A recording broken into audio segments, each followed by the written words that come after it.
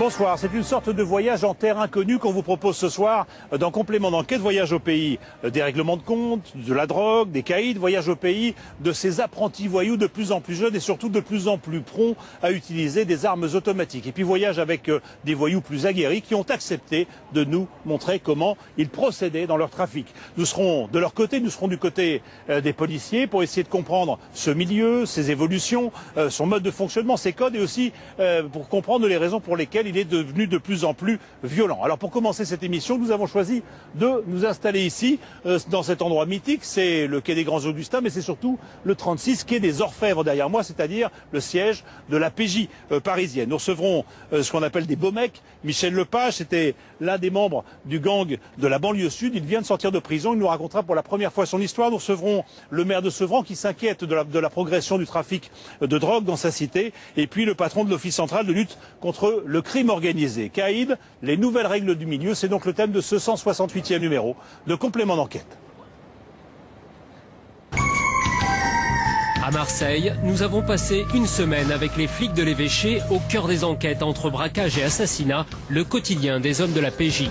On peut le qualifier de scène de crime propre parce que, effectivement, on n'a pas des impacts de partout. On peut penser qu'on a affaire à du banditisme avéré qui a l'habitude comme le bon artisan, d'utiliser ses outils avec efficacité. Des policiers confrontés à la guerre des gangs qui déchirent le nouveau milieu marseillais. La personne sur laquelle les enquêteurs vont devoir travailler, c'est un gamin de 17 ans, de 18 ans, de 20 ans. Ça, c'est réellement nouveau. C'est incroyable. Il est magnifique. Avec Karim, nous partirons ensuite pour un voyage à risque au plus près de la mafia des faux monnayeurs. Enquête sur cette filière italienne qui inonde les banlieues françaises de faux billets. Comment opèrent les trafiquants? Quels risques sont-ils prêts à prendre? Le plus dur, c'est de trouver les bons contacts et d'avoir confiance.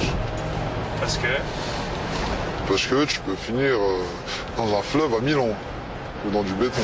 Vous découvrirez comment nous sommes parvenus à infiltrer un authentique réseau de trafiquants et à recueillir les confessions de ces truands.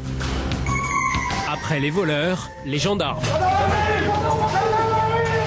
Reportage exceptionnel avec le peloton d'intervention de la gendarmerie nationale. On se dit que ça peut tirer. Bien sûr, bien sûr. C'est ça qu'on est là. Go fast, planque et filature. Après des mois d'enquête, vous assisterez en direct à un énorme coup de filet, le démantèlement de tout un réseau de trafic de stupes sur la Côte d'Azur. C'est une voiture familiale d'aspect. Donc comme vous pouvez le voir, c'est un V6. Donc c'est un véhicule qui peut monter jusqu'à 245 km/h. Enfin, complément d'enquête sur ces règlements de compte à l'arme lourde qui se multiplient entre les gamins des cités. Pourquoi ils avaient une arme? Pour jouer les durs. Enfin, des durs si on veut. Hein. Attendez, au tribunal, ils pleuraient tous, comme des bébés. Ils ont entre 15 et 20 ans et comme dans les films ou les jeux qui les fascinent, ils n'hésitent plus à s'entretuer pour le contrôle du deal au pied de leur immeuble. Voilà, on va donc commencer par un reportage de Jérôme Berman dans un instant sur la police judiciaire à Marseille, confrontée à des règlements de compte. Alors, vous êtes avec moi, on ne vous connaît pas, vous appelez Michel Lepage, bonsoir. Bonsoir. Vous êtes un ancien du gang de la banlieue sud. Il y en a qui disent que vous étiez le chef, hein? Non, que la police disait que j'étais le chef. La police disait que vous étiez le chef, mais les policiers sont souvent mal informés. Le 36, ici, vous connaissez? Oui, malheureusement, oui. Malheureusement, vous étiez du mauvais côté du bureau, côté voyou. Côté voyou, oui. Bon, vous y avez passé des heures d'interrogatoire. D'interrogatoire, oui. Voyou, c'est un métier ou c'est quoi? Pourquoi on fait ce métier-là? Voyou, pour l'argent, hein. Simplement pour l'argent. Hein. Moi j'ai commencé comme ça, pour l'argent. J'ai commencé jeune, malheureusement, pour l'argent. Et j'ai continué pour l'argent. Et on est fasciné, il en faut toujours plus. Le train de vie augmente, donc c'est le train de vie qui commande, quoi. D'accord. Mais après, il y a la prison. Vous avez fait 23 ans mis bout à bout. Presque 25, oui. Presque 25 ans de prison. Donc on va parler de tout ça dans un instant, puis vous nous direz un petit peu votre histoire, comment vous avez commencé, etc. Vous avez écrit un livre, on va en parler, c'est en prison, vous venez de sortir, et c'est la première fois, et merci d'ailleurs de nous accorder cette interview, c'est la première fois que vous parlez de votre histoire à vous. Mais on regarde d'abord ce reportage, il est sur les règlements de compte, alors vous direz comment ça se passe, comment on se fait respecter dans le milieu. Les règlements de compte de plus en plus fréquents, ça se passe à Marseille, et c'est devenu, je dirais pas l'obsession, mais en tout cas la préoccupation du moment pour les policiers. C'est un reportage de Jérôme Bermin, de Régis Maté et d'Olivier Broutin.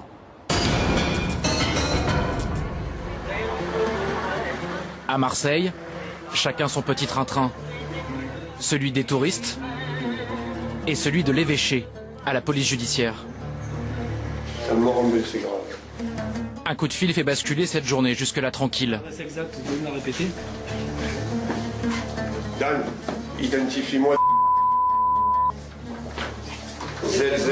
On a une identité ou pas pour l'instant? J'imagine que non, pas d'identité. D'accord. Ça vient de se passer, donc je pense que le blessé grave pour l'instant il est toujours sur place. Toute la brigade se met en branle. Olive, on prend le groupe d'alerte, montant aussi. Vous dites à Valérie parce que... Nadir Nemouchi, 37 ans, est le chef de la crime. Non, je lui ai laissé un message, mais il faudrait... À droite, Philippe Albran, 44 ans, son adjoint. Si les deux patrons se déplacent ensemble, ce n'est pas pour rien. Encore une fois à Marseille, la poudre a parlé. Alors là, on va sur le secteur du 3e arrondissement de Marseille, en périphérie d'une cité qualifiée sensible. D'instinct, ils sentent qu'il s'agit d'un règlement de compte. 15 jours auparavant, un parrain des quartiers nord est tombé. C'est peut-être la revanche. On a très peu d'éléments pour le moment, mais on n'exclut pas que ce soit un possible match retour. En général, quand on a certains gros voyous qui tombent, il faut s'attendre assez rapidement à avoir les suites. Nous arrivons dans le quartier populaire de Saint-Mauron. Quelques badauds, les pompiers et police secours. Les coups de feu ont retenti il y a moins de 15 minutes. Nadir Nemouchi et Philippe Albran entrent sur la scène de crime. Et c'est exceptionnel, nous sommes autorisés. Allez-y, accompagnez. Nous découvrons les constatations des premiers policiers arrivés sur place de ce qui est désormais un double homicide. Les deux sont... Ok, d'accord. Première chose, parce qu'on était parti sur un blessé grave et un... Le premier, ils l'ont pas touché. Celui qui est passager, ils l'ont pas touché, il a la tête explosée. D'accord. On ne sait pas qui il est, on l'a pas touché. Et le deuxième, on avait au sol le permis de conduire de l'individu, c'est la bonne photographie. Par contre, sous l'individu, il devrait y avoir une somme importante en argent en liquide.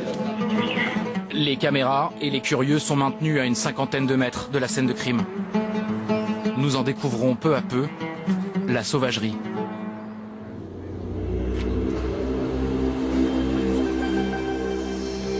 Les victimes sont criblées de balles.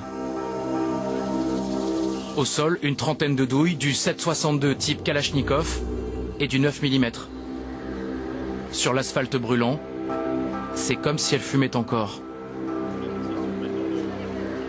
Les deux hommes ont été abattus juste devant le local d'une association catholique, la Maison de Paix. Le crime s'est déroulé en plein après-midi à 2 pas d'un collège, sous les yeux des gamins de la cité voisine et de dizaines de riverains. Comme au théâtre, les spectateurs sont au balcon. Sur scène, les acteurs, enquêteurs, procureurs, préfets de police. À Marseille, la mort est un spectacle qui fait partie du paysage. Rémi, c'est Philippe. Nadir et Philippe sont déjà à fond dans leur enquête. Est-ce que tu serais en capacité de récupérer un témoin, toi, sur le flingage qu'on vient de prendre? Là, il arrive à l'évêché. L'un coordonne les témoignages, l'autre l'identification des victimes. Avec son permis de conduire, on l'identifie au dénommé elle. Entre les deux, un balai réglé au millimètre. Pour la récupération du premier témoin, l'expert avec le... Voilà. La mécanique se met en marche. La police scientifique prélève méthodiquement tout ce qu'elle peut. De son côté, la crime procède à l'enquête de voisinage.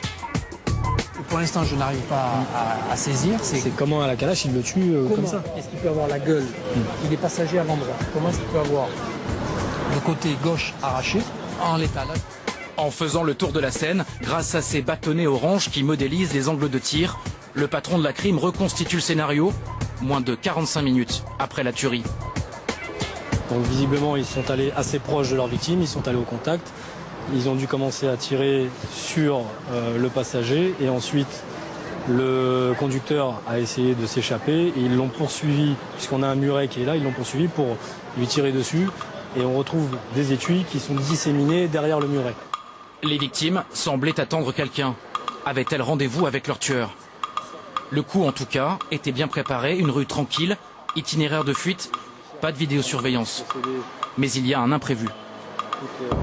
Un témoin, après une photo. Alors attends, concrètement, la photo, il l'a dans son appareil. Voilà, le monsieur est là, il l'a dans son appareil. Et on voit très bien que c'est une Audi A3 noire. Et on doit pouvoir voir la plaque. La voiture était sans doute volée, les conducteurs cagoulés. Pour les pister, les enquêteurs doivent se pencher sur les victimes.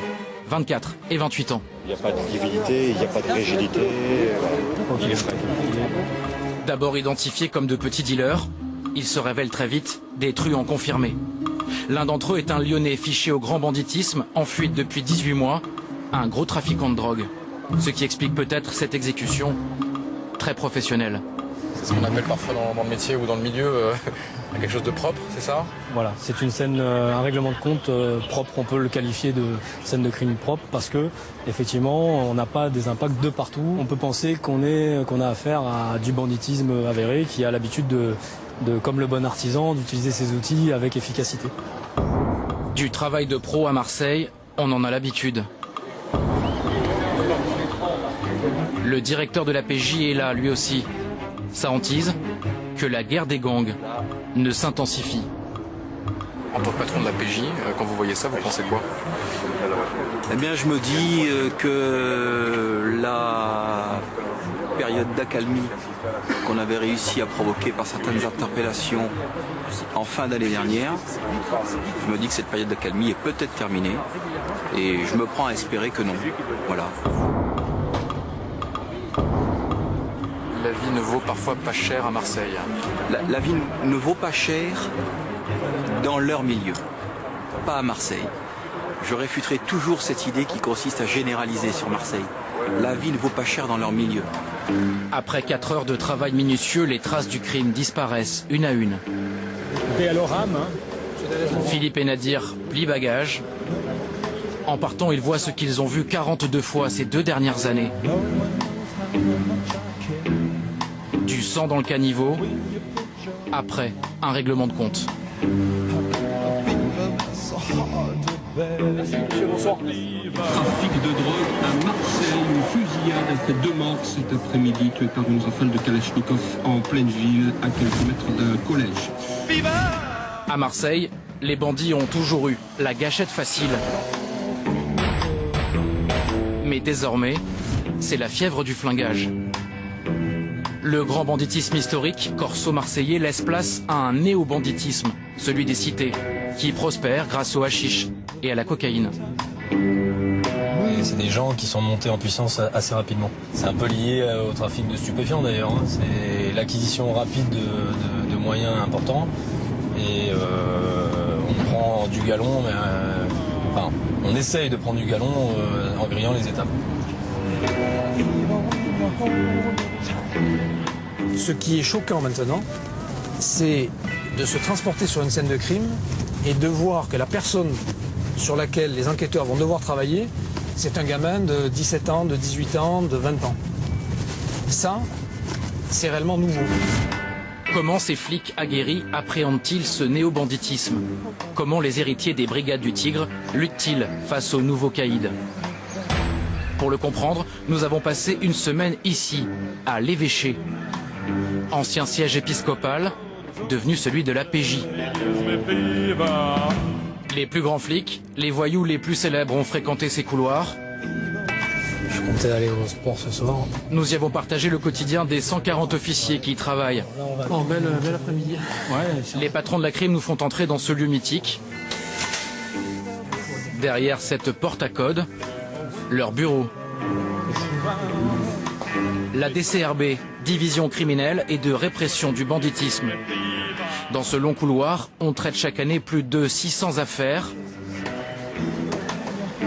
Une usine de la lutte contre le crime organisé.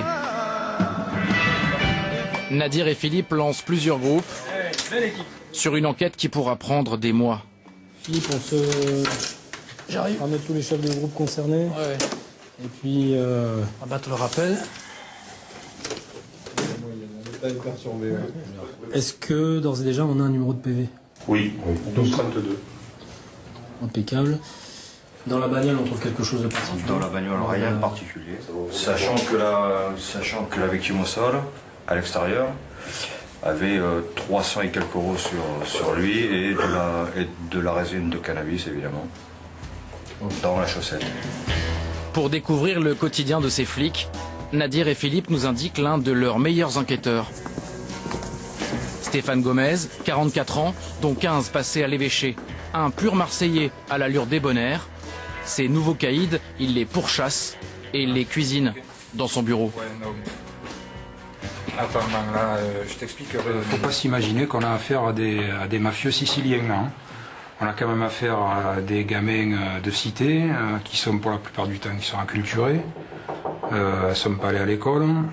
Par contre, ce sont des gens qui sont très rapaces, ce sont des gens qui adorent l'argent. C'est donc quelque part leur force et leur faiblesse. Ça fait leur force parce qu'ils sont prêts à tout pour obtenir de l'argent, mais ça fait aussi leur faiblesse. C'est-à-dire que ce sont quand même des gens qui ont une forte propension à se trahir. D'accord ? Moi, ce que je note depuis quelques années, c'est que ces gens-là, le lundi, s'embrassent et le mardi, se tirent dessus.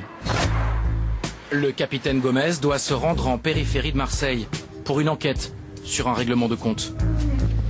En route, il nous décrit cette ville où il a grandi et qu'il connaît par cœur. On va laisser passer les collègues. Non, non, non. La voiture est propre, elle est neuve. Moi, je dirais que c'est une ville pauvre. Il faut savoir qu'à Marseille, la moitié des habitants ne paient pas d'impôts, parce que tout simplement, ils n'ont pas les moyens.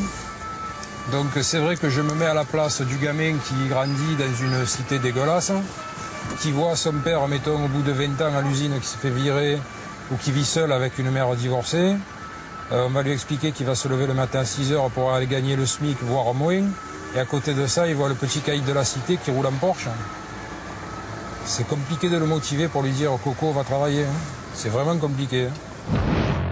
Presque indulgent avec les jeunes qui dérapent, il l'est beaucoup moins avec leurs grands frères, ceux qui défouraillent à tout va.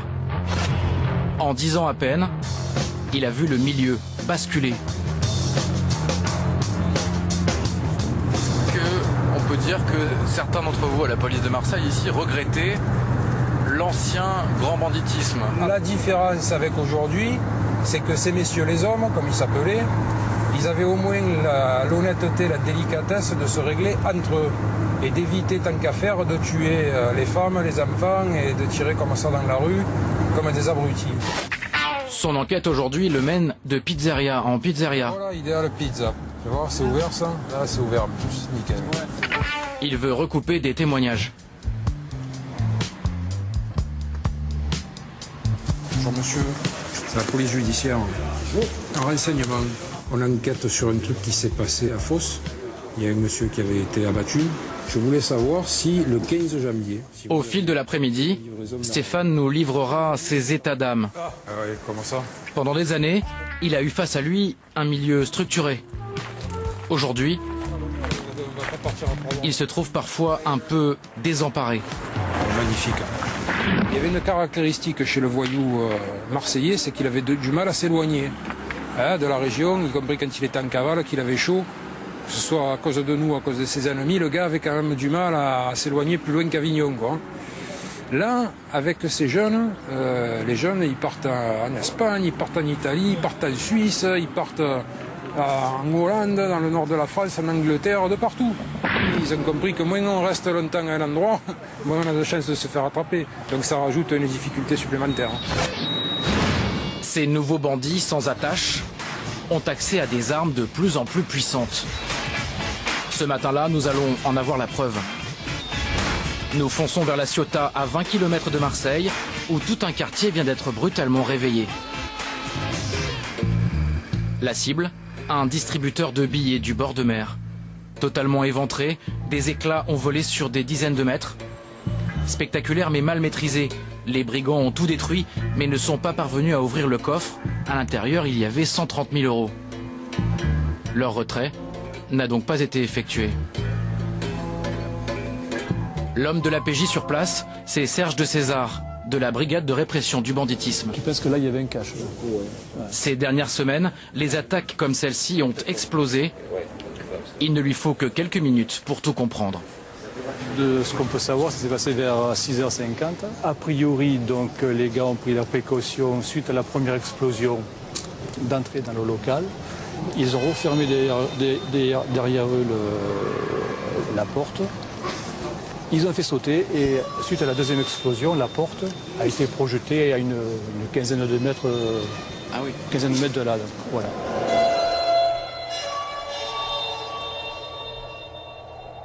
Là, à chaud, c'est du grand banditisme, qu'est-ce que c'est? Alors, à chaud, j'aurais tendance à dire que les gars ne maîtrisent pas trop la technique de l'explosif. Généralement, les DAB, quand ils sont attaqués, les gars arrivent à leur fin. Généralement, là, ce n'est pas le cas, donc on peut se poser des questions sur la qualité des dynamiteros. Des amateurs, certes, mais équipés tout de même de peintrites. Un explosif militaire. Aux policiers, ils n'ont laissé qu'une voiture, incendiée, pour éliminer leurs traces. Hors caméra, Serge se montre plus inquiet avec son patron au téléphone. Oui, exact. Juste un petit point. Donc, on n'a pas de vidéo sur l'agence bancaire. Hein.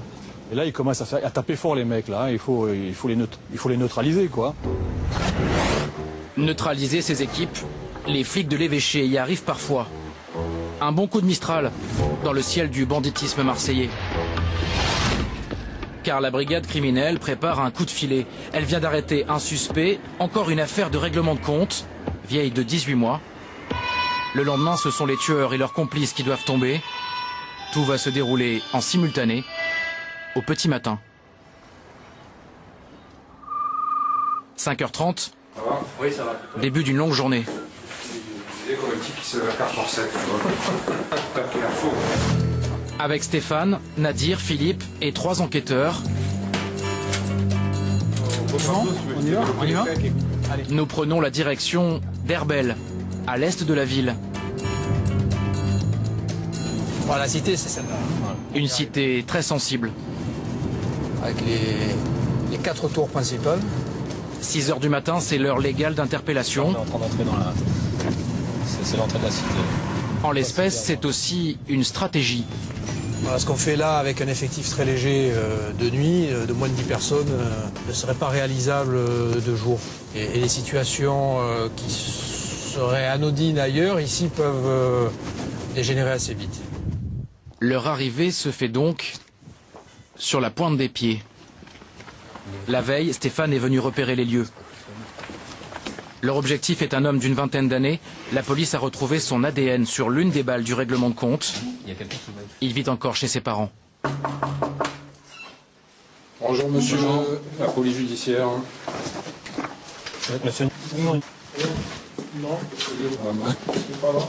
Il est pas là. Déception, l'objectif n'est pas là. Alors Stéphane Gomez fait parler son sens de la formule. Ok, alors écoutez l'affaire simple. Je vous explique. Nous on est la brigade criminelle de la police judiciaire. Donc si on vient à 6h du matin, c'est pas pour rien. Alors il y a deux solutions. Ou il vient vous voir rapidement, ou on va venir vous emmerder plusieurs fois par semaine. Le matin tôt comme ça, le soir tard, on peut vous casser les couilles. Vous comprenez ce que je veux dire? Ok. Les policiers ressortent bredouille. Le problème, c'est que toutes les autres interpellations ont elles aussi fait chou blanc. Mais à peine le temps de rentrer à l'évêché, leurs cibles sont déjà là. Qu'est-ce que vous a dit de venir? Tu pars? L'un des hommes recherchés rapplique de son plein gré. Non, vous inquiétez pas. Sans savoir pourquoi on le recherche. Il est là aujourd'hui? 30 minutes plus tard, un second arrive. Une mauvaise surprise l'attend. Donc, dans le cadre de cette commission rogatoire, vous êtes placé en garde à vue. En garde à vue? Oui. Donc c'est tentative d'assassinat, assassinat en bande organisée, En août 2009. Ouais, Vous voyez de quoi on parle? On m'a dit l'affaire de meurtre, quoi. L'homme semble tomber des nues. L'affaire de meurtre. Je mange pas que c'est pas grave. Ce qu'on leur reproche, c'est d'avoir tué à l'arme lourde 2 hommes pour une affaire de drogue. La garde à vue, elle sert à ça. Mais il reste un dernier suspect, et c'est en prison qu'ils vont aller le chercher. Il est au Baumette. Tireur sur la tentative et flingueur sur l'homicide.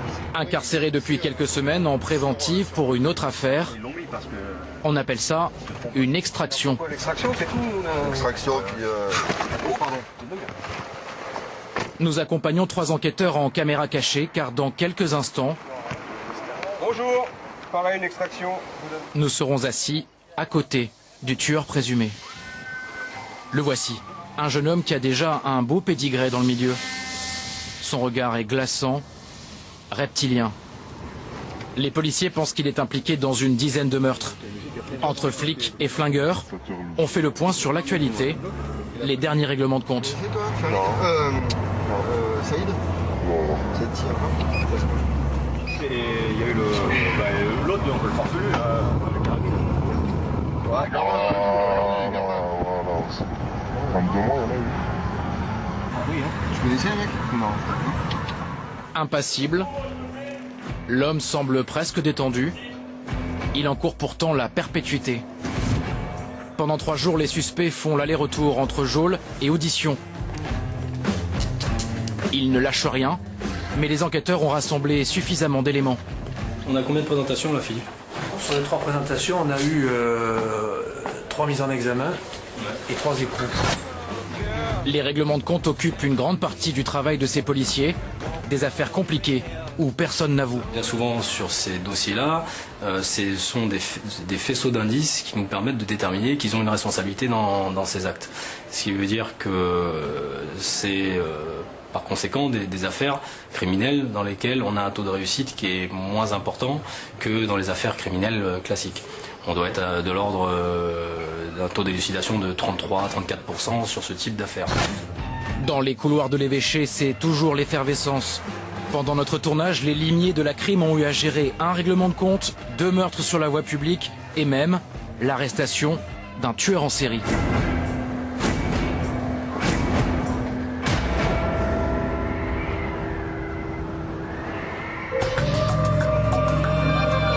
Voilà pour ce reportage à la PJ de Marseille. Nous sommes ici avec vous, commissaire divisionnaire Franck Douchy. Vous êtes le patron de l'Office central de lutte contre le crime organisé. Vous chapeautez en fait tout le crime, si je puis dire, en tout cas pour sa répression en France. Alors, on est là dans un parking. Ça, c'est un choix qu'on a fait nous, hein, un petit peu cinématographique. On voulait effectivement évoquer cette ambiance de polar qu'il peut y avoir quand on s'occupe des voyous. Je ne sais pas si ça se passe souvent dans les parkings, vos affaires. Ça peut se passer, ça peut se dénouer dans un parking, notamment lorsqu'on peut arriver à faire des interpellations dans des box de trafiquants, justement, qui reviennent ou cacher les véhicules ou déstocker la résine de cannabis, par exemple. Ça peut donc effectivement... Ça peut servir de plan, ça peut servir de plein de choses. Voilà. Alors, je vais redonner 2-3 chiffres et vous allez me dire un petit peu votre sentiment sur cette criminalité qu'on voit à l'œuvre à Marseille, mais qui est assez emblématique de ce qui se passe partout en France.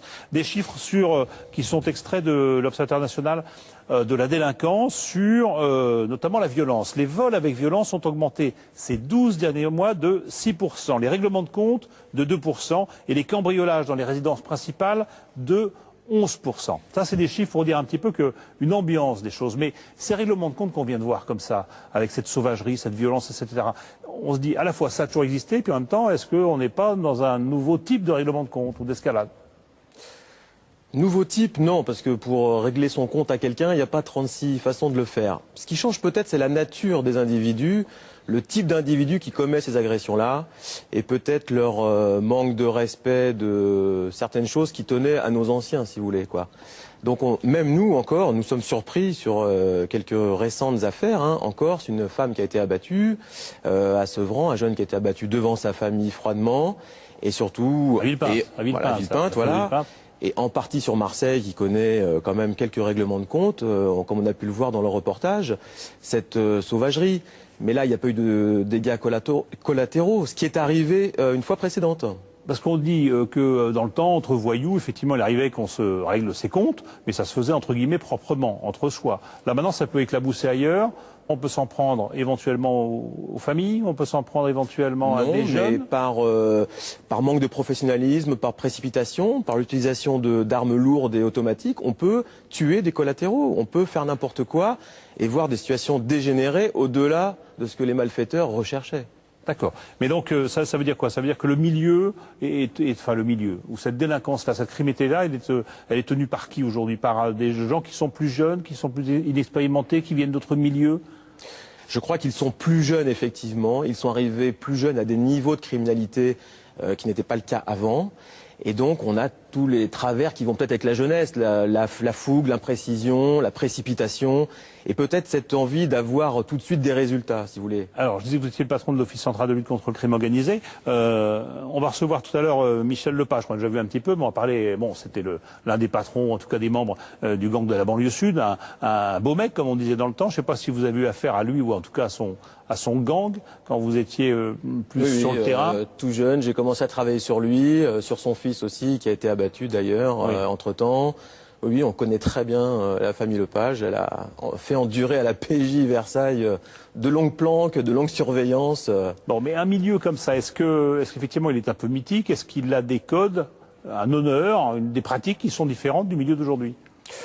Oui, on va dire qu'il était plus structuré, plus figé. D'ailleurs, pour nous, c'était un petit peu plus facile parce qu'il était plus identifié, en fait. Voilà. Bon, le code de l'honneur, moi, j'en pense pas grand-chose parce que je pense que dès qu'il y a de l'argent à faire, ces individus vont le faire. Michel Lepage a été interpellé quand même pour une affaire d'héroïne, faut pas l'oublier, même s'ils s'en vendent pas.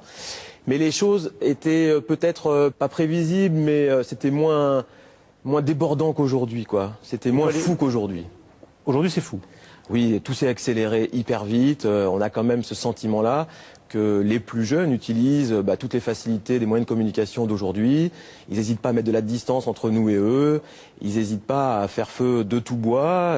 Oui, ils utilisent tous les moyens qu'ils ont. Et de toutes armes aussi. Et de toutes armes, effectivement. Bon, vous savez, après la guerre, les malfaiteurs ont utilisé les stocks de l'armée américaine, donc on avait quand même des armes automatiques qui représentaient à l'époque ce qui se faisait de mieux. Aujourd'hui, on a des armes type Kalachnikov qui sont quand même relativement plus meurtrières que nos vieilles Sten, si vous voulez. Donc tout s'accélère, tout va plus vite, mais comme dans toute société. Tout monte d'un cran. Et la drogue aujourd'hui, ça reste ce qui innerve tout ça, et qui nourrit tous les trafics, qui nourrit tous tous les trafics, mais la grande partie de la délinquance est issue du trafic du stupéfiant. Oui, ça c'est clair. L'emploi des armes, vous en servez pour braquer, mais on voit aussi maintenant des armes qui sont utilisées dans le cadre des règlements de compte. Or, ce qu'on a vu sur le reportage sur les règlements de compte, notamment à Marseille, vous avez compris qu'ils étaient tous issus d'un litige qui ressortait du trafic de stupéfiants. Entre soi et entre bandes, qu'effectivement, parce qu'on a la question, avec l'autre. Très sincèrement, en termes d'analyse, la question se pose. Soit c'est parce qu'il y a encore beaucoup de concurrence, d'accord? Il faut éliminer. Voilà. Soit c'est parce que le marché est presque saturé, donc il faut là aussi se faire sa place, quoi. Ça devient de plus en plus dur pour eux aussi.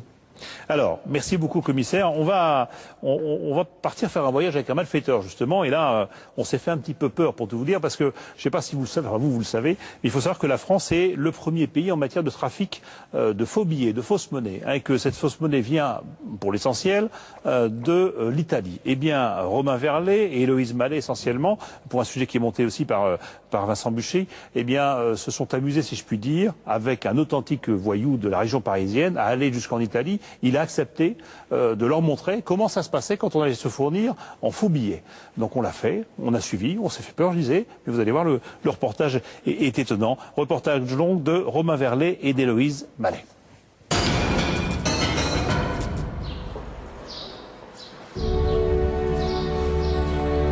Glissé à l'intérieur de ce prospectus, une marchandise très précieuse. 2 faux billets de très bonne qualité que nous rapportons de l'étranger.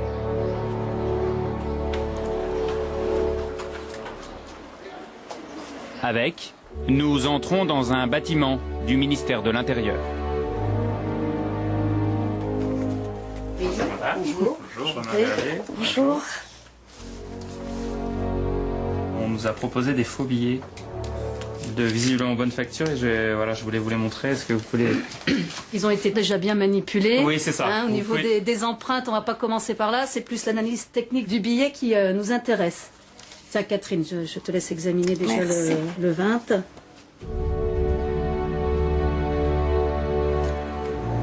Ces fausses coupures sont examinées par les expertes de la fausse monnaie en France.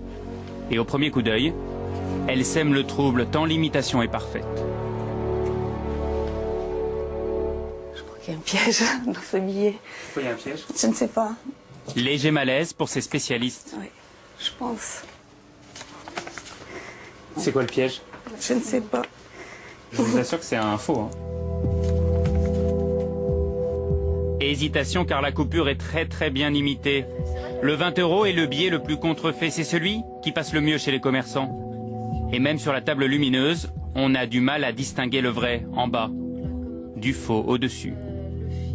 Ce qui est pas mal fait sur ce billet, c'est ce qu'on appelle le filigrane, qui est donc le monument qu'on retrouve donc en ombré. Donc on voit que les faussaires ont quand même travaillé les finitions. Autopsie de ce faux billet. Tout est copié. La bande argentée, le fil de sécurité, la couleur, le vernis et même le bruit. Après une demi-heure d'analyse, pas de doute pour ces policiers, c'est du travail de professionnel, pas de la photocopie couleur.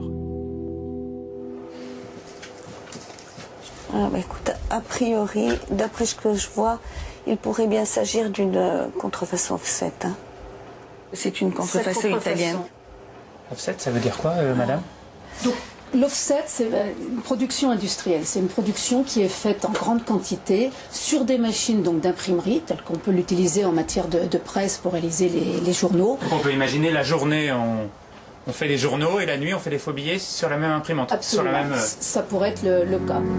La fabrication de fausses monnaies est considérée comme un crime contre l'État. Les peines sont lourdes, jusqu'à 30 ans de prison.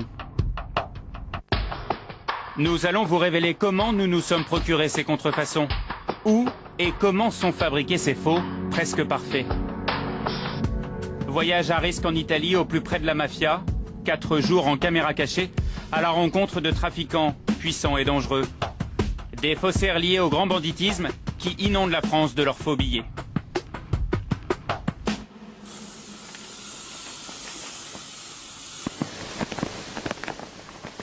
C'est incroyable. Il est magnifique.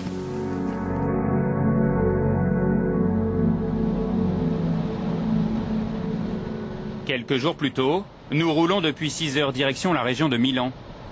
Nous ne partons pas seuls pour cette enquête en Italie. Impossible d'approcher ces trafiquants sans un homme de confiance. Un Français nous accompagne, il connaît très bien la filière. Il souhaite rester anonyme, nous l'appellerons Karim. Ce trajet, tu l'as fait combien de fois?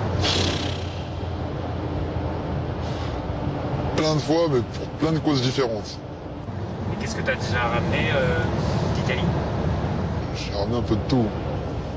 De l'argent, des armes, tout. Tout ce que tu ne trouves pas en France. Et j'ai même ramené des êtres humains. Pour faire quoi? Pour les faire passer, qu'il n'y avait pas de papier. Pas encore 30 ans, et déjà un éloquent CV de voyou. Vol de marchandises, trafic en tout genre, braquage, et plusieurs séjours en prison. Ouais, et à la douane. Si vous me laissez passer. Ah ouais, ils sont cool là, c'est au retour, hein, ça va se compliquer. Bienvenue en Italie. À partir de maintenant, personne ne doit savoir que nous sommes des journalistes. Nous rangeons notre caméra de télévision.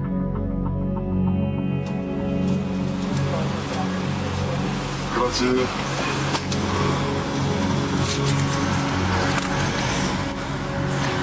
Arrivez-vous là? Impossible de pénétrer cette mafia italienne sans jouer un rôle. Karim nous a imposé un scénario. Il joue l'intermédiaire pour des nouveaux dans le business. La caméraman et moi, nous nous faisons passer pour un couple de riches parisiens. Et nous cherchons 1 million d'euros en faux billets. Et c'est avec de vrais trafiquants que nous allons négocier.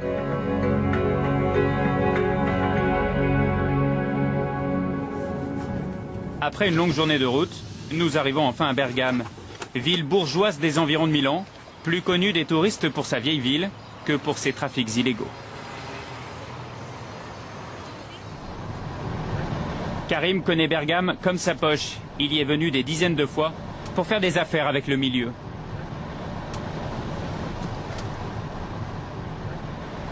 faux billets, qui gère ça? C'est la mafia carrément qui gère ça. Et toi, ils te connaissent? Moi je connais des petites mains. On va passer par des petites mains et on va essayer de finir dans des grosses mains. Le plus dur c'est de trouver les bons contacts et d'avoir confiance. Parce que tu peux finir dans un fleuve à Milan ou dans du béton. une mafia puissante et dangereuse. Karim connaît les bonnes adresses, les bonnes personnes. Là on rentre dans la rue de tous les trafics. Comme les faux billets, le shit, les vêtements tombés d'un camion, la coke. La rue où il y a un commissariat. La rue où il y a un commissariat. Oh, il est là mon pote. Incroyable. Karim reconnaît quelqu'un avec qui il a déjà fait du business. L'homme nous surprend. Il monte dans notre voiture. Bonjour. C'est un trafiquant connu à Bergame. Nous l'appellerons Saïd. Karim lui explique en arabe que nous sommes associés et que nous cherchons des faux billets. Whisky, la coupure 20 euros, 50, 50, 100. 50, 100. Il n'y a pas de 20? Il n'y a pas 20? Non, il n'y a pas 20. 20 ملاح. 20 ملاح ما تقدش تدبر 20. نشوف هو يصنع لك هو انت اللي دوموندي يصنعهم لك. لين ولا يدير لك. شكون اللي demande il nous le fait. Et bonne qualité, 20 10 qualité ملاح. C'est belle, bien. Il promet de la qualité, un travail à la commande, tout est imprimé sur place, pas de stock, trop dangereux. Ça a l'air simple, on s'attend déjà à voir la mallette de faux billets, mais le faussaire va nous tendre un piège en nous proposant une coupure qui n'existe pas. 1000. C'est un très très magnifique les billets 1000. 1000 euros. 1000? Tu as besoin? Mais non. Ça lance pas, jamais. Non, il est là ici. 1000. Il n'y a pas les 1000. Non, promis, non. C'est pas possible. Le billet de 1000 n'a jamais eu cours. Le trafiquant se méfie de nous. Il nous teste et ce n'est que le début. L'homme accepte de nous montrer un 50 euros, mais avant, il va falloir rouler 1 heure, sortir de la ville, passer 4 fois au même endroit, histoire de vérifier que l'on n'est pas suivi. On arrive finalement sur la place d'un petit village. On se gare. En ce dimanche, tout est désert. Karim et le faussaire descendent. Ils vont discuter à la terrasse d'un café. Nous devons rester sur la banquette arrière et on n'est pas très rassurés.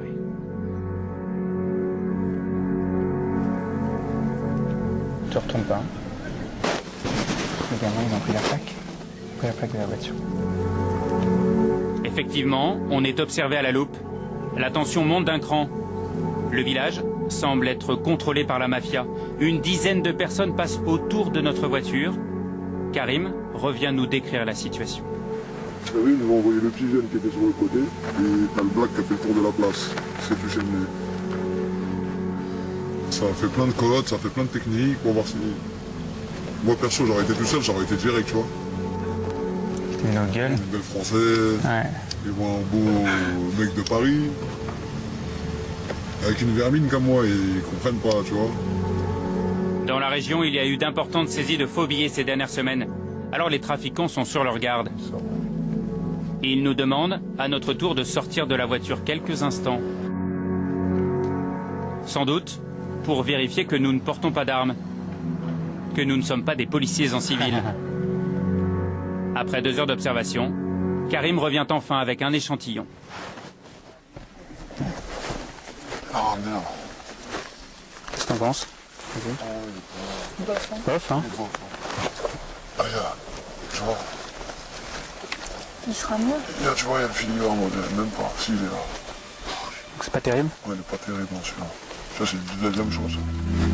Toutes ces précautions pour nous proposer une vulgaire contrefaçon. C'est la technique classique des trafiquants avec les débutants. Ils essayent de vendre à prix fort des produits de mauvaise qualité. Fin de notre journée, retour à l'hôtel avec Karim. Il est furieux. Il a demandé aux trafiquants de nous présenter demain du premier choix. Les faux monnayeurs italiens sont reconnus comme les meilleurs dans ce secteur technique et très lucratif. La fausse monnaie, quand elle est bien faite, c'est vraiment des gros sous. Mais c'est un marché, c'est un business qu'il faut de l'argent pour le faire, parce qu'une machine, elle n'est pas donnée. Et le papier non plus, il n'est pas donné. Voilà, là, on peut vraiment parler de mafia. Donc il faut avoir de l'argent pour faire de l'argent. C'est un trafic qui a un peu changé, c'est-à-dire qu'avant, il y avait plein de petites mains. Avant ça les imprimait sur des petites machines HP et tout. Aujourd'hui, les mecs, ils ont été investir des grosses machines. Il y en a même qui en ont fait construire en Thaïlande ou en Chine, des machines. Mais les machines les meilleures, c'est ceux qui viennent des bracos. Ceux qui ont été volés dans des banques ou dans des vraies imprimeries. Et c'est le lendemain que nous allons rencontrer d'autres membres de cette industrie mafieuse. Ils vont nous montrer de la marchandise de très bonne qualité. Et une nouvelle fois, cela va être très compliqué. Bonjour. Bonjour. C'est Saïd, le même intermédiaire qu'hier, qui va nous conduire à eux. On s'attend, comme la veille, à faire 4 fois le tour de la ville. Sauf que là, on s'arrête 500 mètres plus loin.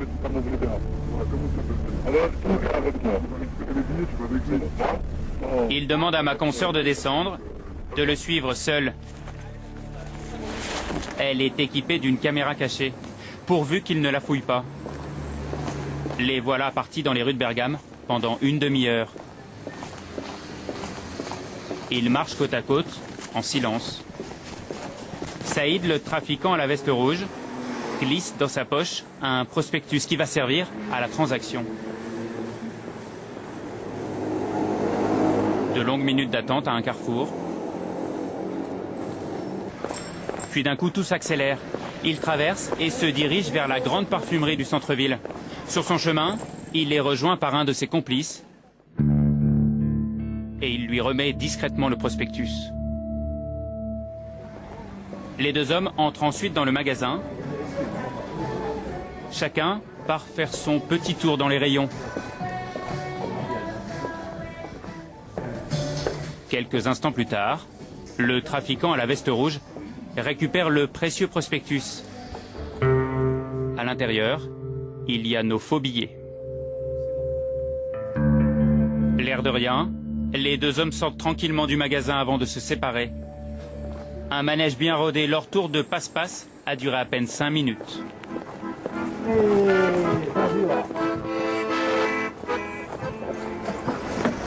À partir de maintenant, on nous laisse un quart d'heure pour nous décider. Dans le prospectus, en fait, ce sont des échantillons. S'ils nous plaisent, on donne notre feu vert et les faussaires lancent l'impression. Il leur faut 24 heures pour fabriquer 100 000 € en faux billets. Nous montons rapidement dans notre chambre d'hôtel, examiner la marchandise.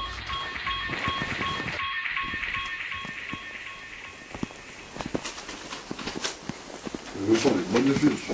Franchement, le son, il est magnifique.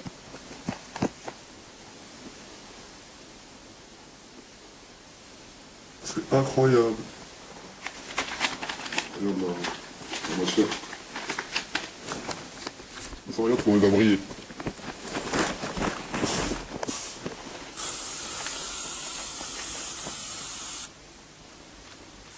Alors pourquoi un coup de lac? Pour le faire briller, pour qu'il claque.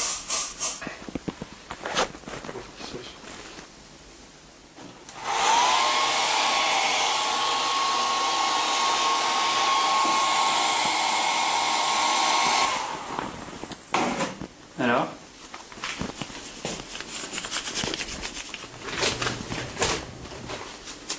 Comment la différence? On voit quand même la différence.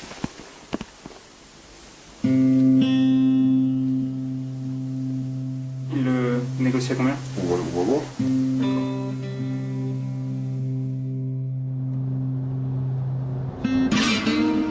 Bien sûr, nous n'avons jamais passé commande. Nous sommes déjà sur la route du retour. Bergame est loin. Nous laissons derrière nous la mafia, leur planche à billets et une superbe affaire.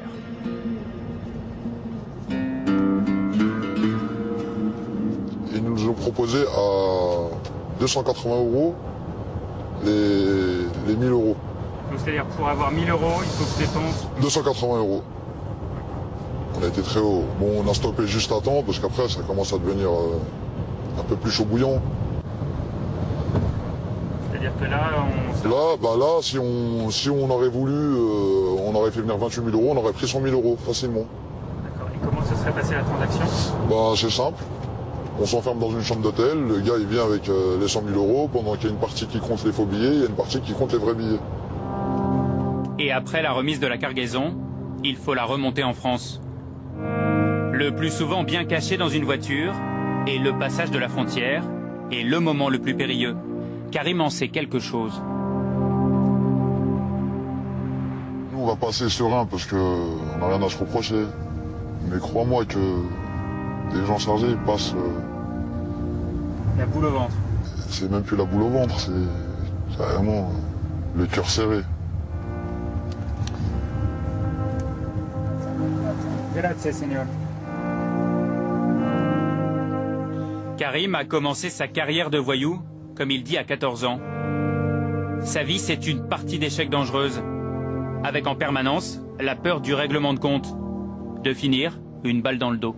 C'est usant d'être trafiquant.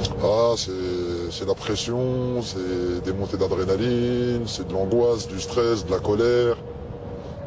Et t'es tout le temps sur tes gardes? Mais tout le temps, t'es obligé, tu dois te méfier et des trafiquants et des flics.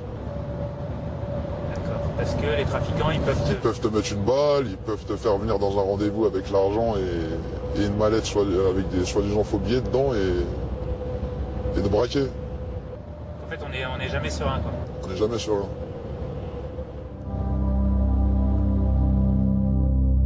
Nous avons vécu 4 jours avec lui, au contact de la pègre. Une expérience angoissante et parfois grisante. Mais Karim, lui, cela fait 15 ans qu'il est dans le métier.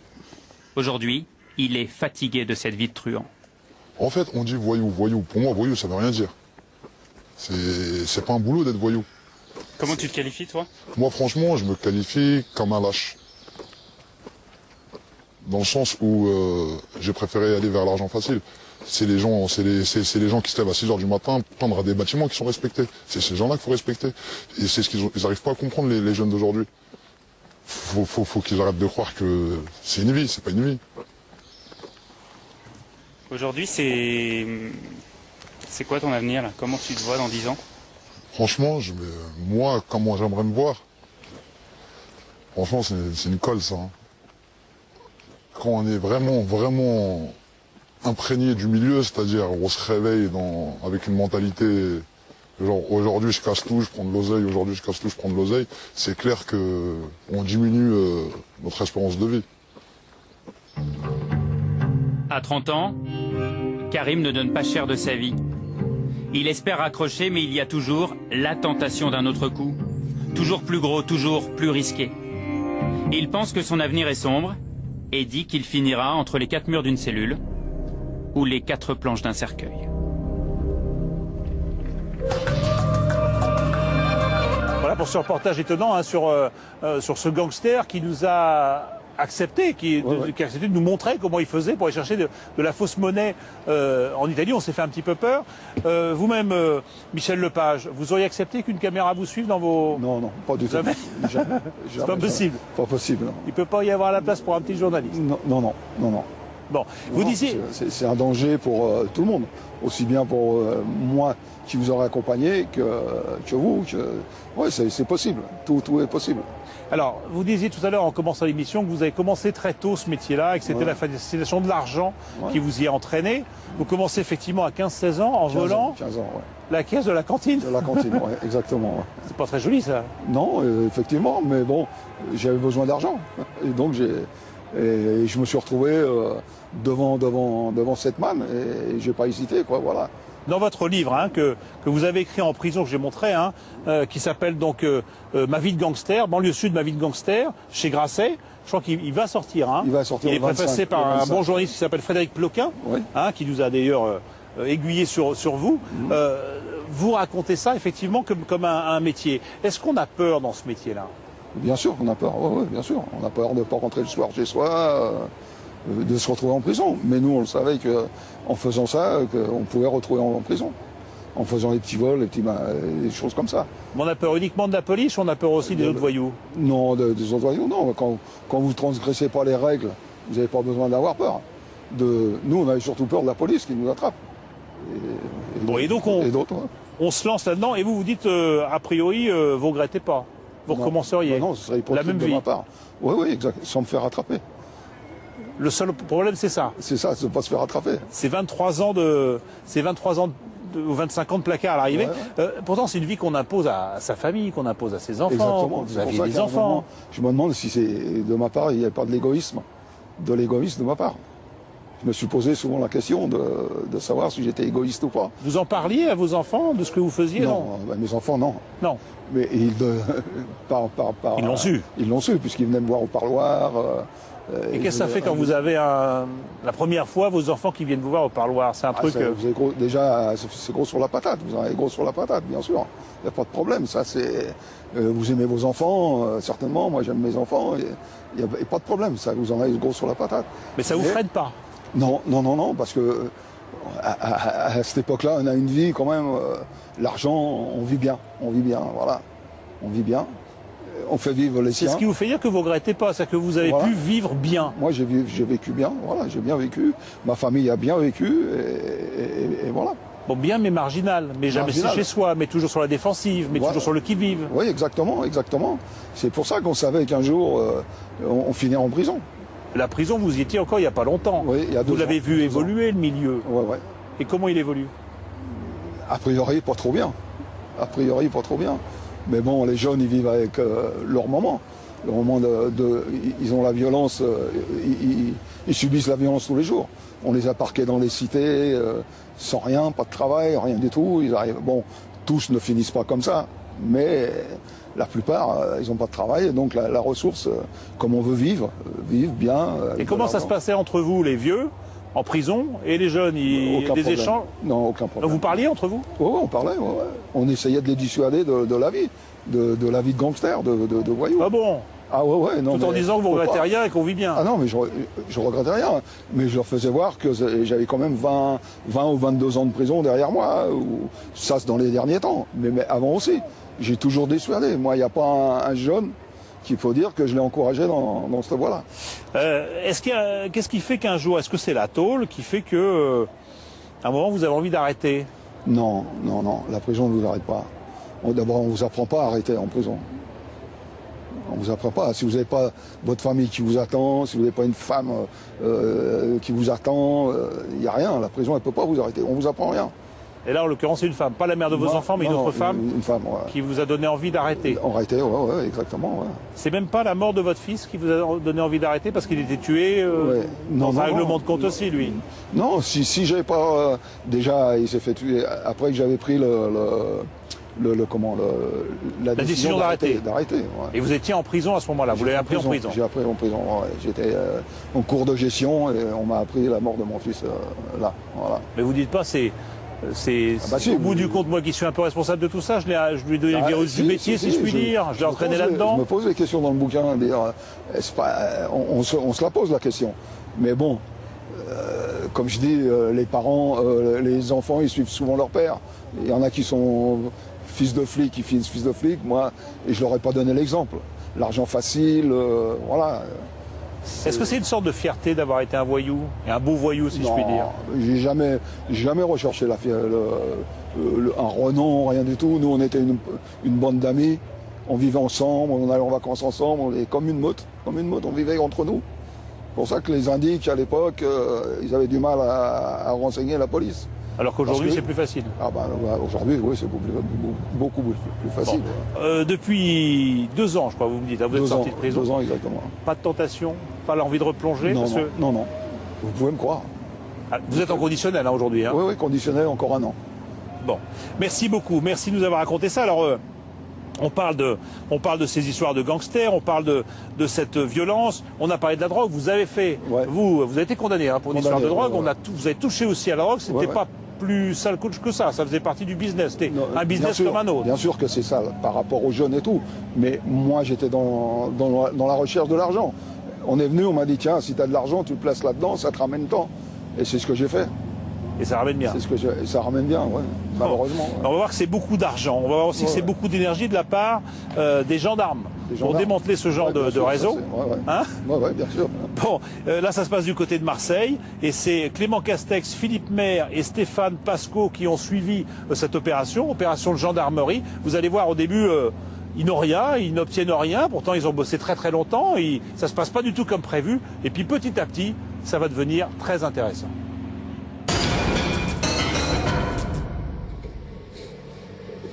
Dans le couloir d'un immeuble de Cannes, 6 h du matin, le début de la fin d'une longue enquête pour ces gendarmes, la fin d'un gigantesque trafic de drogue. Ce commando s'apprête à défoncer une porte.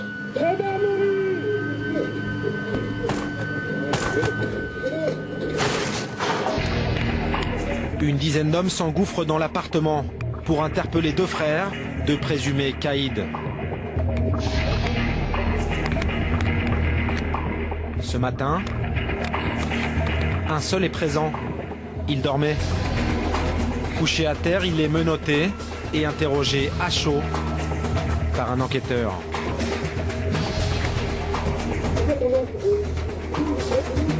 Où est son frère? La question est musclée.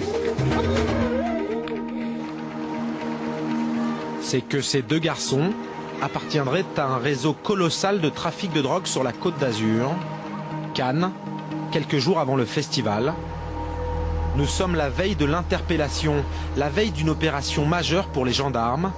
Ils comptent mettre la main sur 20 personnes, 20 cibles, qui brassent hashish et cocaïne par tonnes.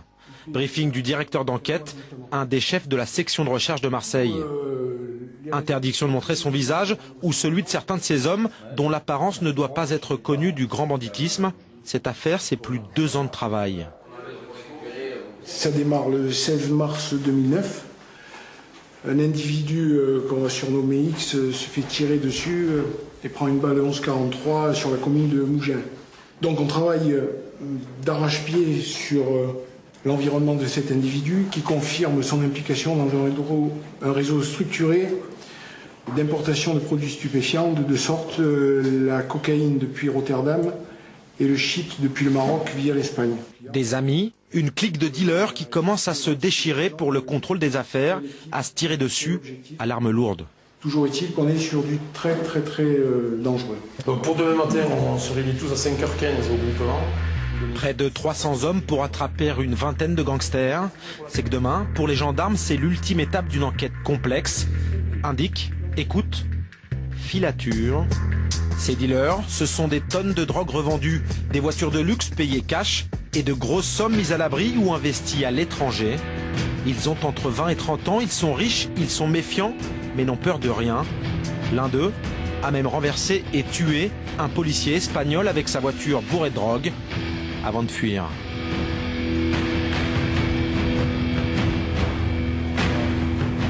Alors, pour cet énorme coup de filet, les enquêteurs ont fait appel au GIGN et au PI2G, le peloton d'intervention interrégionale de la gendarmerie, des pros de l'interpellation dangereuse. À leur tête, le capitaine Fabien.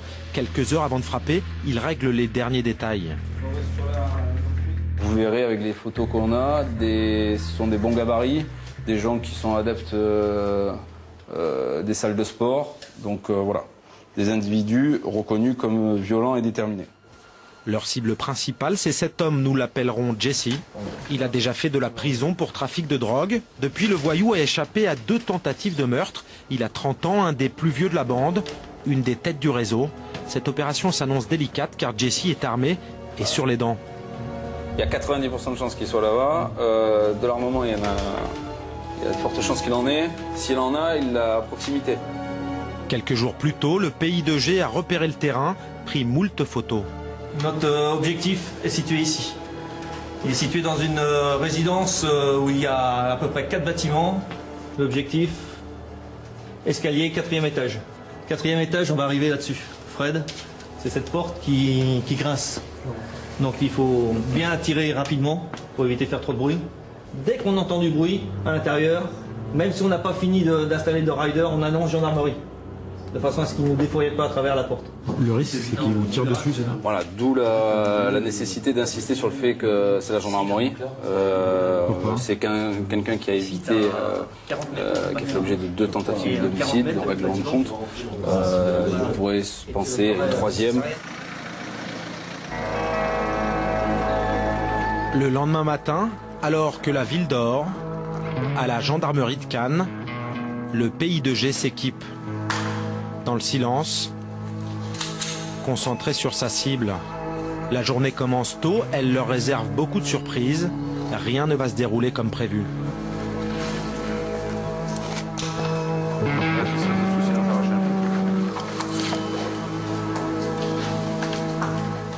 Comment on se sent avant une intervention comme ça?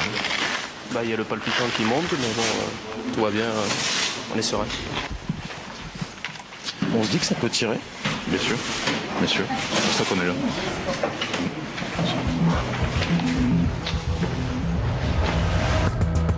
« 5h45, départ pour un quartier périphérique de Cannes, dans une résidence plutôt chic. Voilà 2 ans que Jesse y possède un appartement. Il est censé dormir ici avec sa femme. Il a été vu la veille. Arrivé au 4e étage,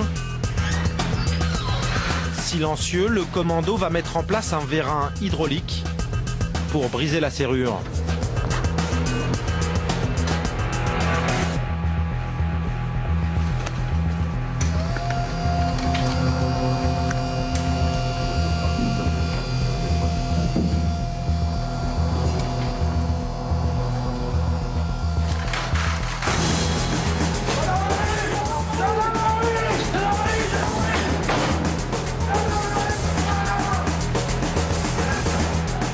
Hommes dans un 3 pièces vite fouillé.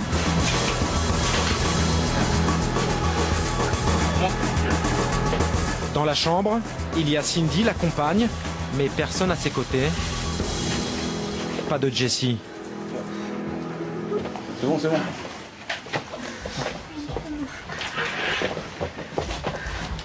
Il est où? On a besoin de savoir rapidement où il est votre conjoint. Je sais pas. Comment ça? Je sais pas. Il dort pas là d'habitude? Il est pas avec vous? Si. Bon, il est où là? Mais en fait, je sais pas. Où est-ce qu'il est susceptible d'être? Je sais pas, il m'a dit qu'il part avec un copain et... Avec qui? C'est qui? Je sais pas, il m'a dit je pars avec un copain, ne t'inquiète pas. Il est parti avec sa voiture, il est parti avec quel véhicule? Je sais pas je sais pas parce que moi j'étais là quand il est parti. L'homme a quitté le domicile il y a moins d'1 heure, parti sans son portable avec un ami. Pour le capitaine Fabien, c'est un échec. Vous êtes déçu? Oui, bien sûr. Mais bon, c'est pas fini. Ouais, il reste Steph et la roue. Les gendarmes trouveront une arme à feu et le téléphone de Jesse. Cindy, elle, part en garde à vue. Elle va bientôt livrer aux enquêteurs une information capitale. Pour l'unité d'élite, la traque continue. Direction le lieu de travail de Jesse, sa carrosserie. Problème, derrière la grille de Molos qui donne l'alerte. Il faut intervenir vite.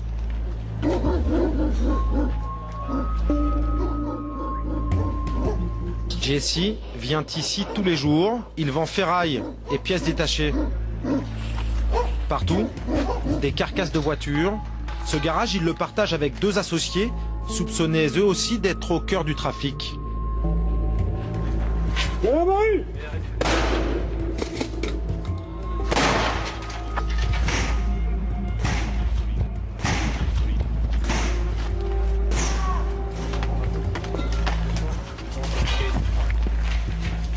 À l'intérieur règne un certain chaos. Pas un bruit. Les lieux semblent déserts.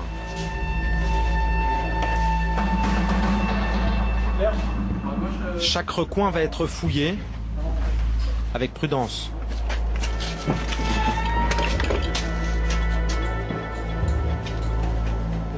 Rien, encore une fois. Les chiens ont été neutralisés, mais dans la carrosserie, à part eux, personne.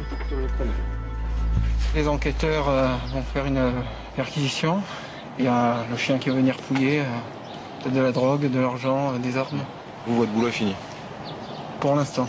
Là, on reste en alerte. Vu que notre objectif n'a pas été interpellé, on est en attente. Menotté arrive l'associé de Jesse, Joseph, la cinquantaine. Il vient d'être arrêté chez lui. La perquisition peut commencer. Joseph se présente comme un simple carrossier. Vous êtes ce qu'on appelle un délinquant, un bandit? Et moi? Ouais. Moi, monsieur, vous savez ce que je suis, moi? Je suis un travailleur. Vous savez, moi, regardez mes mains, je fais que travailler. Je suis dans l'atelier, je suis pas dans le bureau. Dans le bureau, c'est pas moi qui, c'est mon collègue. Et dans le bureau, les enquêteurs et leurs chiens vont faire quelques trouvailles. D'abord, un pistolet de petit calibre, puis un fusil, une Winchester et des plaques d'immatriculation. Je sais pas, vous savez. Ça n'est pas tout. Une plaquette. Plaquette de résine.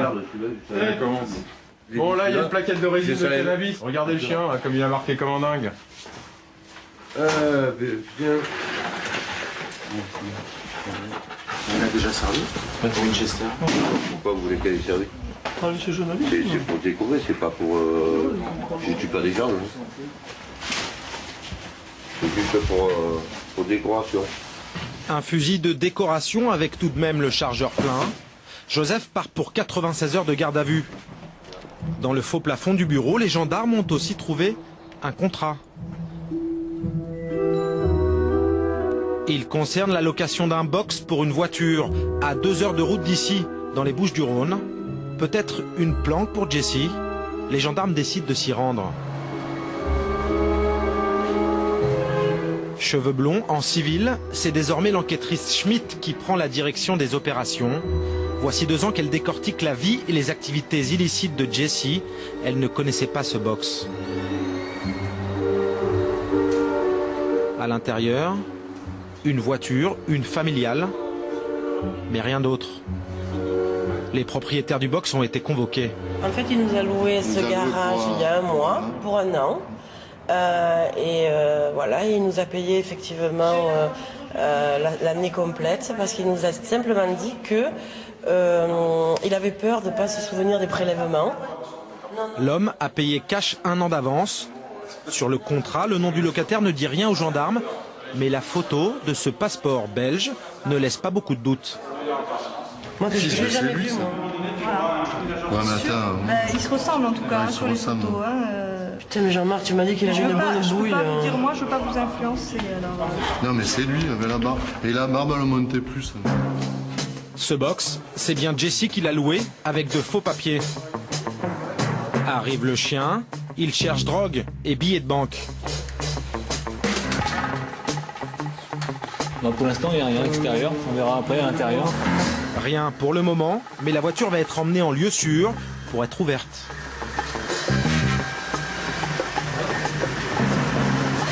Vous pensez que c'est le jackpot là-dedans ou pas? Non, pour l'instant, on ne sait rien du tout. Voilà. Pour l'instant, je ne le sens pas. Voilà. On verra sur place tout à l'heure.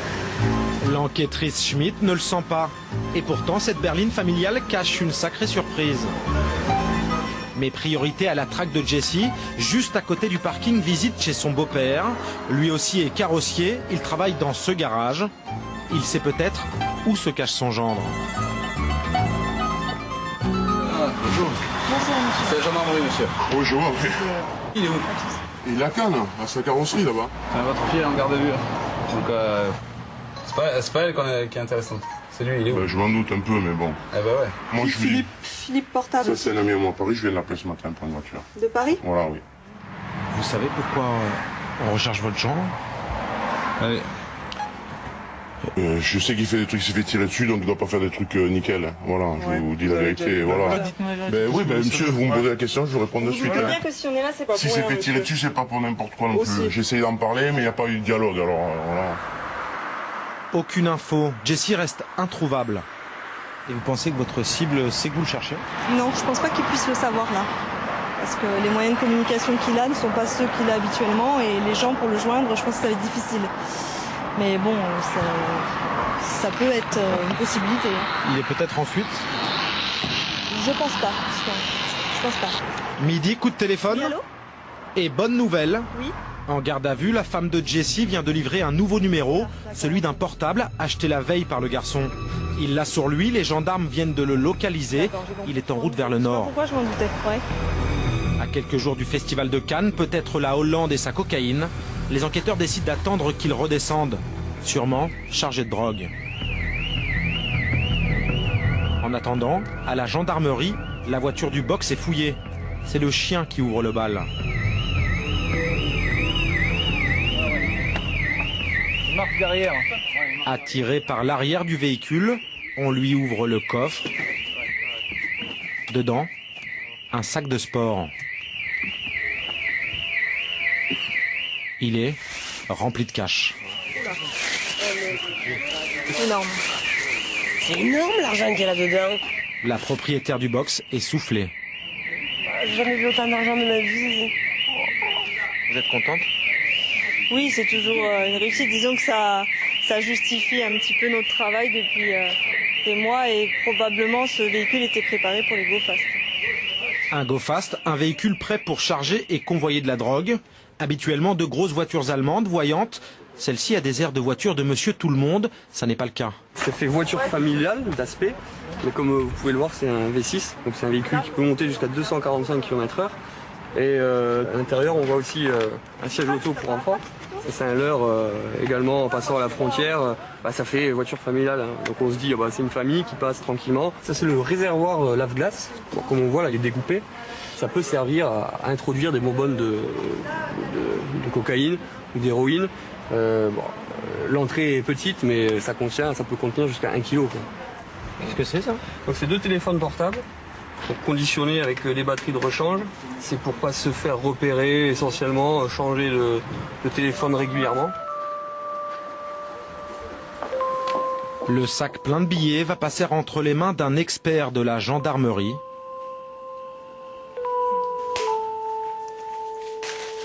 Des liasses, beaucoup de liasses, et des élastiques sur lesquels on va tenter de prélever de l'ADN.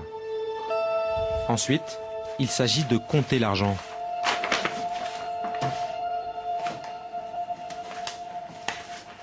Et vous savez combien il y a sur la table? Non, là honnêtement, j'ai pas d'idée pour l'instant. Beaucoup. Beaucoup, beaucoup, beaucoup. Tellement qu'une machine a été empruntée à la banque d'à côté. C'est que la tâche est fastidieuse. Hop, j'ai oublié celui-là. T'es à côté. J'ai oublié de 10. Pendant plusieurs heures, compter, recompter, devant témoins, c'est la loi. Là, les propriétaires du box. 25 billets de 20. En attendant le procès où les accusés devront justifier de cette somme en liquide, l'argent va venir créditer un compte de la République. 44 billets de 10. S'il est avéré que cet argent vient du crime, il sera versé à une tirelire commune, police, justice, gendarmerie, des moyens qui serviront à financer la lutte anti-drogue.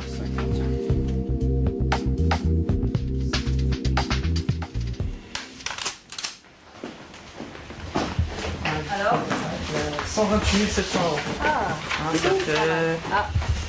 Tu vois, j'ai tous les détails. Il y a 1878 billets de 10 euros, 3796 billets de 20 euros, et ainsi de suite. Hein, pour un total qui a valu 130 000 euros en espèces. D'accord. C'est beaucoup d'argent. Oui, c'est quand même une belle somme, hein, 130 000 euros. On peut acheter un appartement, on peut acheter beaucoup de choses avec ça. Ça leur fait mal, vous pensez? Oui, bien sûr. Délesté de 130 000 euros, Jesse sera arrêté quelques heures plus tard par le GIGN à un péage alors qu'il rentrait chez lui. 4 heures du matin, gendarmerie de Mandelieu en banlieue de Cannes.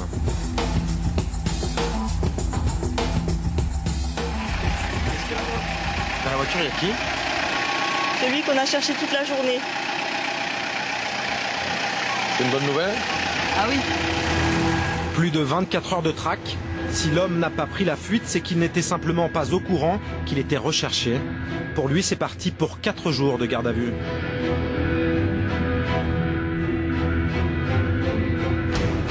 Le lendemain matin, la fouille de la voiture de Jesse n'a rien donné. Elle porte les marques de l'intervention violente du GIGN, vitres brisées, mais à l'intérieur rien, ni produit, ni argent. Ça n'était pas un go fast. Malgré tout, les charges contre Jessie restent lourdes. Pour les enquêteurs, il est ce qu'on appelle un gros bonnet. C'est quelqu'un qui pèse, puisqu'on le retrouve au cœur de l'ensemble des infractions sur lesquelles nous travaillons aujourd'hui. Trafic de stupes, mais également tentative d'homicide. Il a été plusieurs fois la cible de tentative d'homicide, de règlement de compte. Par ses copains, a priori? Par ses copains d'hier, qui ne le sont plus en raison du gain alléchant. Des copains d'avant, aujourd'hui rivaux. En 24 heures, toutes les cibles ont été arrêtées. 20 personnes sous les verrous. Jessie, lui, jure être innocent. Vous savez pourquoi vous êtes là? Non. Vous vivez de quoi, vous? C'est quoi votre vie? Je suis SDF. On entend parler de trafic de stupéfiants, ça vous concerne? Je sais pas. Ce que Jessie ne sait pas non plus, c'est que les gendarmes viennent de faire une belle prise. Dans un autre box, ils ont trouvé du hashish. Beaucoup. Un box loué au nom de Joseph, l'associé de Jessie au garage. Lui soutient n'être qu'un prête-nom. C'est ce que c'est? C'est ce que c'est pas des plaquettes pour se laver les mains, c'est pas du savon. Ces plaques comportent des logos. Vous voyez, là vous trouvez un D, là vous avez un 1. C'est une marque? C'est une marque de fabrique. Comme Lacoste, comme Nike ou n'importe quoi. Ça permet de définir un producteur et la provenance du produit. Il y a combien là? Il y a combien de kilos? En quantité, il y a environ 70 kilos. Ça fait beaucoup d'argent. À la revente, ça représente quoi? Peut-être entre 200 et 250 000 euros. Et ça allait où ça? Dans la rue, ici. Ça allait approvisionner le marché, le bassin canois en fait. Revendu dans la rue par les dealers. Troisième jour de garde à vue, vous vous sentez comment? Toi, tu sens comment? L'étau se resserre autour de Jessie et ses comparses. Il va être présenté au juge. Vous pensez que vous allez sortir bientôt? On va demander ça au juge. Peut-être demain ou après-demain. Pas sûr. L'homme sourit, mais il risque 30 ans de prison. Au final, cette affaire, c'est un très gros réseau démantelé et des saisies en masse. Des villas, des comptes bancaires, 400 000 euros en liquide, près de 200 kilos de hashish, 5 de cocaïne pure. Sur la Croisette, la fin d'un joli festival de Cam.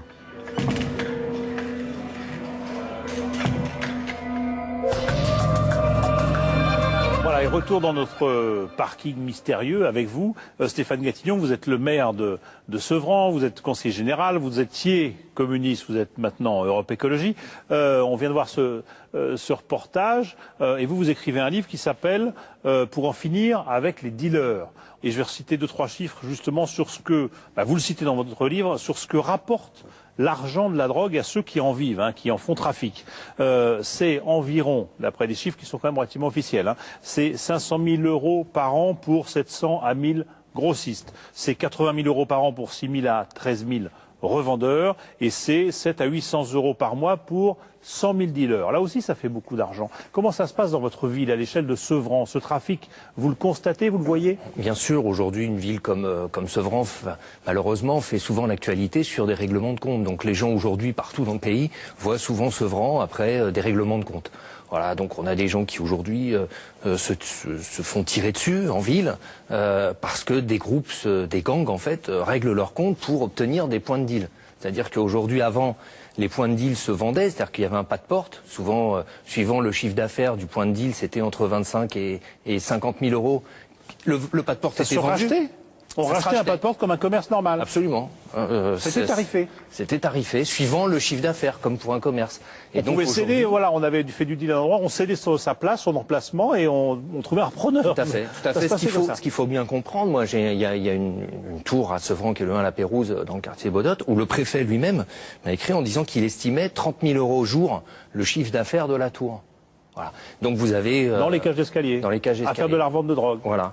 De cannabis. Hein. Chez nous, c'est 95%, 90% c'est du cannabis. Et là, vous dites avant, on rachetait, maintenant, avant, on rachète, défouraille, maintenant, on tire. Alors, c'est lié à quoi? C'est lié aussi à une société. Là, il y a plusieurs phénomènes, mais c'est lié au fait que la société française implose aujourd'hui, à tous les niveaux, qu'il y a tout un tas de règles qui sont en train qui n'existent plus, y compris dans les quartiers et dans les relations entre les individus.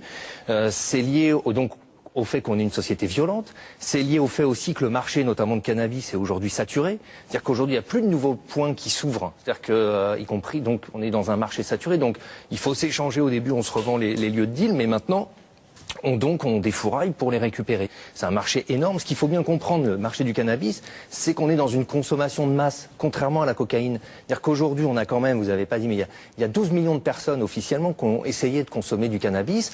Il y a 4 millions de personnes qui consomment plus ou moins régulièrement, donc une fois par mois à peu près. Il y a 1 800 000 qui consomment chaque semaine. Et il y a 550 à 600 000 personnes qui consomment tous les jours. C'est beaucoup de monde. Donc c'est beaucoup concerné. Bon, la cocaïne, c'est 250 000 cocaïnomanes. Donc vous voyez, ça... Bon, vous dites qu'il y a beaucoup de règlements de compte. Et c'est vrai qu'on a relevé, je regardais dans l'actualité, ces derniers mois, à Sevran, il y a eu pas mal de... En ce moment, il y a quasiment en France des règlements de compte et des morts, que ce soit dans toutes les zones du pays. Là, et qui peuvent toucher de façon quelquefois spectaculaire, comme on le disait tout à l'heure, à Villepinte, où il y a eu un môme qui s'est fait comme ça tirer dessus par peut-être une affaire de drogue, en tout cas chez lui, devant ses parents. Enfin, chez lui. Bon, il s'est fait assassiner comme ça. Bon. Et à Sevran, il y a eu d'autres affaires qui touchent souvent des jeunes. Ce sont les jeunes qui sont touchés, enfin des jeunes, des 18-20 ans. On a une évolution aussi. Avant, c'était beaucoup des gars de l'immeuble et qui connaissaient les gens qui habitaient l'immeuble, qui faisaient le trafic en bas. Et donc, ils connaissaient les gens. Ce qui a accru aussi le sentiment d'insécurité et de violence et de tension qu'il y a, c'est qu'aujourd'hui, c'est plus forcément des gens de la cité. Des gens de l'extérieur qui viennent prendre possession de la cage d'escalier. Non, non, pas du tout. Des gens de l'extérieur qui vont venir, c'est les petits dealers qui touchent entre 800 et 1400 euros par mois, en ce qu'on disait. C'est les petits, donc, ces gens-là viennent bosser à la journée. Et donc, ils sont payés à la journée ou à la semaine, mais ils connaissent pas les gens du quartier. Donc, c'est pour ça qu'aujourd'hui, pour rentrer, il y a des halls où les gens sont obligés de présenter leur carte d'identité pour rentrer chez eux. Parce qu'en fait, ils sont pas connus des gens qui tiennent en bas. Ça, vous le voyez chez vous? Ça existe chez nous, mais ça existe à Sevran, comme ça doit exister dans le sud. Quand on a vu notamment quand ils font la grande sédie des 70 kilos, c'est vendu dans des cités du sud de la même façon. Vous allez au-devant de ces mômes, de ces jeunes, de ces habitants, pour certains. Vous êtes audible, vous, le maire? Il faut comprendre. Enfin, aujourd'hui, on est dans une situation où je pense on n'arrive plus à tenir. Je veux dire, aujourd'hui, y compris un préfet comme le préfet de Seine-Saint-Denis dit « je fais la guerre aux dealers ». Et d'ailleurs, les scènes qu'on a vues dans le reportage font plutôt penser des fois au Mexique qu'à la France. Quand on voit l'intervention, pour nous on a les interventions du GIR, là c'est de la gendarmerie, donc on est quand même dans des propos très, très durs. On fait la guerre. Moi aujourd'hui, je suis contraint de demander au préfet une intervention massive. Le préfet, c'est le préfet Lambert, c'est un homme de confiance de Nicolas Sarkozy qu'il a mis dans le 9-3 pour faire de ce département un test de sa politique contre la drogue. Voilà, aujourd'hui on est obligé de demander une présence massive de la police, et moi je demande une présence massive dans des quartiers quand il y a des règlements de compte comme ça, pour faire force d'interposition entre les groupes. C'est-à-dire qu'il faut une présence massive pour éviter que les gens se règlent des comptes aujourd'hui. Entre bandes. Entre bandes. Entre trafiquants. Entre trafiquants pour récupérer. Il faut juste simplement se mettre entre les deux pour éviter qu'il y ait trop de massacres. Il faut que la police, exactement, c'est une force d'interposition. Comme demain, on va demander l'armée, les casques bleus. Absolument. Mais sinon, il y a des règlements de compte qui se font dans la rue. Ça s'est produit à Sevran récemment, en pleine journée, entre une moto et une voiture. Les mecs qui sont sortis, ils se sont tirés dessus dans la rue, ou dans les halls d'escalier, ou en plein jour. Les gens sont terrorisés. Et donc aujourd'hui, face à ça, les gens chez vous, à Sevran, les gens qui habitent là, ils ont peur. C'est normal, ça se passe. Vous avez qu'à demander aux enseignants qui sont dans l'école à côté, parce que la vie est continue. On est dans des mondes parallèles, donc la vie est continue et c'est normal. Mais il y a des gens qui va qu'à leurs occupations, et en même temps il y a ça. Qu'est-ce qu'ils vous disent les gens? Qu'est-ce qu'ils attendent de vous? De moi, je pense, de me battre et d'essayer d'obtenir Le problème aujourd'hui, c'est que face à tout ça, je pense que plus personne maîtrise, y compris le préfet Lambert, qui est en guerre depuis un an contre les trafiquants. Bilan en Seine-Saint-Denis. Ils mettent les moyens quand même. Ils ont mis les moyens quand même sur le. On met des moyens, mais en même temps, ils vident la mer à la petite cuillère. Ça veut dire que quand on démantèle, y compris le réseau qu'on a vu à Cannes, c'est-à-dire que certainement dans un mois, peut-être même pas, il y a un autre réseau qui va prendre la place. Et donc aujourd'hui, dans un hall d'immeuble, vous démantelez un réseau, il y en a un autre qui prend sa place. Alors, je rappelle votre livre, ça s'appelle « Pour en finir avec les dealers ». Et... On découvre que la famille du défunt est là, qui monte la garde. Non, je veux pas que mon cousin on respecte ton cousin. Non, il n'y a pas moyen. En quelques secondes, une dizaine de jeunes nous encerclent. Impossible de dialoguer. Ici, la loi du silence règne. Là, les caméras qui vont finir à la poubelle. Tu peux pas nous dire ce qui s'est passé? Non, il s'est passé quoi? Tu as bossé à qui, toi? Tu veux savoir quoi? Eh ben, tu n'as qu'à regarder les informations. Non, tu es au courant de ce qui s'est passé, tu viens filmer. Là, on essaie de voir ce qui s'est passé. Eh ben, il s'est rien passé du tout. Tu peux refaire, ça s'est passé maintenant. Vas-y, je vais te prendre la caméra publique camion, là, je vais la revendre. Vas-y, je vais me faire des sous sur compte, là. Vas-y, allez. Depuis un an à Marseille, 14 morts sur fond de trafic de drogue. Et des victimes de plus en plus jeunes. Un fait divers a marqué les esprits plus que tout autre. L'histoire de Jean-Michel, dit Michou, abattu à l'arme de guerre dans sa cité en novembre dernier. Il avait 16 ans.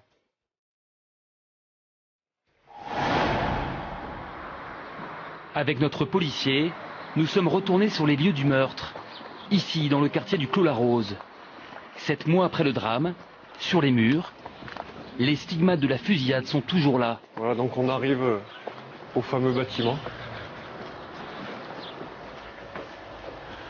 Voilà. Donc ça, c'est les impacts de Kalachnikov et de balles qui ont été tirées. La vitre était, bien sûr, tout était cassé. Il y avait pas mal de dégâts sur le lieu. Une stèle à la mémoire du jeune homme a été posée au pied de l'immeuble, à l'endroit même où il est mort. Il est minuit ce 19 novembre 2010, lorsque 2 voitures s'engouffrent dans la cité. À leur bord, un commando masqué armé de Kalachnikov. Il tire une première rafale sur Jean-Michel, assis devant ce mur. Il s'effondre et meurt quelques minutes plus tard. Les tueurs contournent le bâtiment et tirent une seconde rafale devant ce hall, au moment où un garçon de 11 ans sort de l'immeuble. Il est grièvement blessé. Pour les enquêteurs, aucun doute, c'est un règlement de compte lié à la drogue. 4 mois plus tôt, un trafic de cannabis avait été démantelé au même endroit. Le lendemain du décès, malheureux, parce que ça reste un mineur et qu'on est tous sous le coup de l'émotion malgré tout, le trafic reprenait, puisque tout le monde avait repris sa place. Soudain, David Reverdy s'interrompt. Un adolescent surgit de la cage d'escalier. Non, faut pas. T'inquiète pas, la famille est au courant, il n'y a pas d'histoire. On n'est pas là pour remuer la merde. Oh, lève ta caméra, tu comprends plus. Il est à peine 7 h en ce samedi matin. Le jeune homme s'installe tranquillement à son poste, sur cette chaise juste en face de l'immeuble. Tu peux nous dire pourquoi t'es là à 7 h du matin Travail, ton matin. Hein T'attends. Mais 7 h du matin, c'est quand même étonnant. On va aller faire les courses.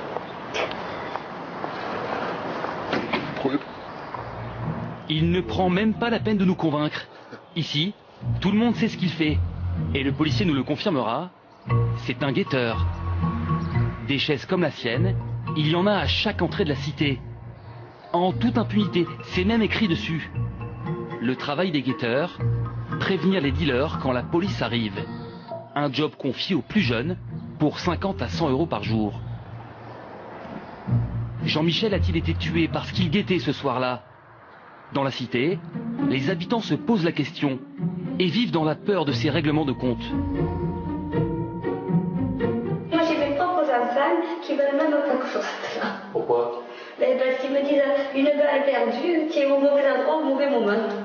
Ça peut arriver. Et maintenant, on se croirait dans les gangs de l'Amérique, presque. On en arrive presque là. On vit avec la peur de se faire tuer. Moi, pourtant, j'ai rien à voir, mais c'est un quartier chaud. Moi, je veux partir. Partir à l'autre bout de Marseille. C'est dans cette cité paisible que les parents de Jean-Michel ont trouvé refuge juste après le drame. Hantés par sa mort, ils ont tenu à s'éloigner de leur ancien quartier.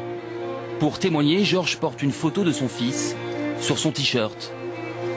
On ne peut pas ouvrir les fenêtres et on sait que notre fils a été tué, assassiné sous notre fenêtre. Il faudrait quoi? On serait obligé de partir sur un crack. Et c'est plus tranquille ici. Aujourd'hui, ils veulent à tout prix protéger la mémoire de leur fils. Pour eux, Jean-Michel était un garçon calme, bon vivant, fan de foot et de boxe-taille. Un adolescent ordinaire, loin de la réputation de voyou qu'on lui prête depuis le drame. Il sortait, oui, il sortait, il allait en boîte, il allait dans des soirées, il allait au cinéma, mais voilà quoi, c'était pas un dealer. Et il ne restait jamais en bas? En bas, il ne restait... Discuter en bas avec ses collègues, comme on vous dit. Donc quand il est à la maison, il descend, comme moi je descends dehors, je vois un ami, comment tu vas, voilà, il discute entre eux. Et à cette occasion-là, il ne pouvait pas avoir de mauvaise fréquentation et être entraîné dans quelque chose de... Non, parce qu'il savait très bien ce qu'il faisait, donc il n'était pas comme ça. Quand il descendait, il se mettait devant la fenêtre, il s'assoyait sur le petit muret, ils écoutaient la musique, ils discutaient entre eux, puis après ils remontaient. Des parents incapables de voir leur fils autrement que comme une victime innocente. Pourtant, selon les enquêteurs, Jean-Michel avait bel et bien le profil d'un guetteur. Et c'est pour cela qu'il aurait été tué, d'après Jacques Dallest, procureur de la République à Marseille.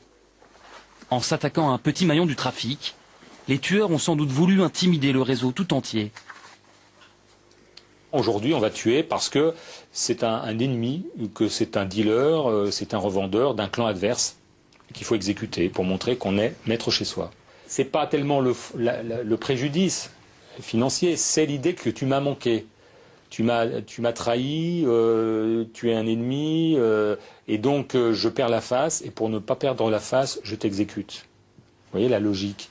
Et c'est ça qui est inquiétant. C'est-à-dire que le mobile, le motif, est sans rapport avec la gravité des faits. Au Clos la Rose, Jean-Michel serait donc mort pour quelques kilos de cannabis.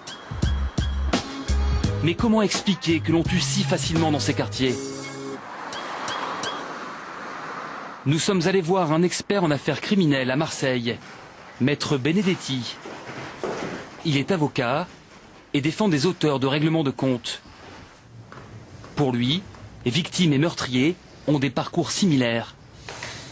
Aujourd'hui, les auteurs des crimes ont le même profil que les victimes, des profils de jeunes individus qui sont en marge du système scolaire, en marge de l'insertion professionnelle, qui, pour la plupart, n'ont pas des casiers judiciaires fournis. On n'a pas conscience du fait qu'on ôte la vie. On appuie sur un pistolet mitrailleur, un peu peut-être comme dans un jeu vidéo, et on se rend compte après coup des dommages qu'on a causés. Les jeux vidéo et le cinéma comme source d'inspiration, avec un modèle qui fascine les apprentis criminels dans ces cités. Le film Scarface et son héros Tony Montana, truand survolté, adepte du fusil mitrailleur.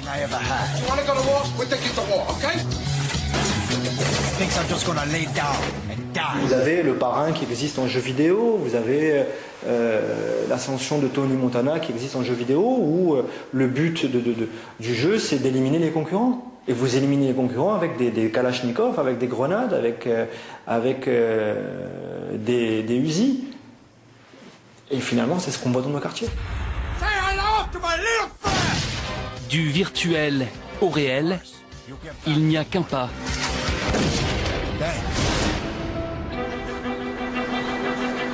Comme à Villepinte, près de Paris, où en avril dernier s'est déroulé un scénario digne d'un polar américain.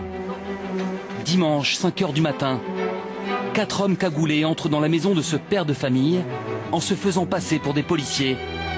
Ils rassemblent les parents et leurs enfants dans le salon, puis vont chercher le fils aîné dans son lit. Ils obligent le garçon de 21 ans à s'agenouiller et, sous les yeux de sa famille, l'exécutent de 3 balles dans le corps. Ce meurtre et son effroyable mise en scène bouleversent l'opinion publique, jusqu'aux élus. C'est la première fois qu'il m'arrive de serrer dans mes bras un père qui a vu son fils se faire assassiner. Donc oui, je suis ému. Des commandos prêts à tout, armés jusqu'aux dents. Une dérive inquiétante pour les policiers. Nanterre, siège de la Brigade nationale de répression du banditisme. Le commissaire Sébastien Lothar est l'un des spécialistes de la lutte contre le trafic d'armes. Et il a du boulot.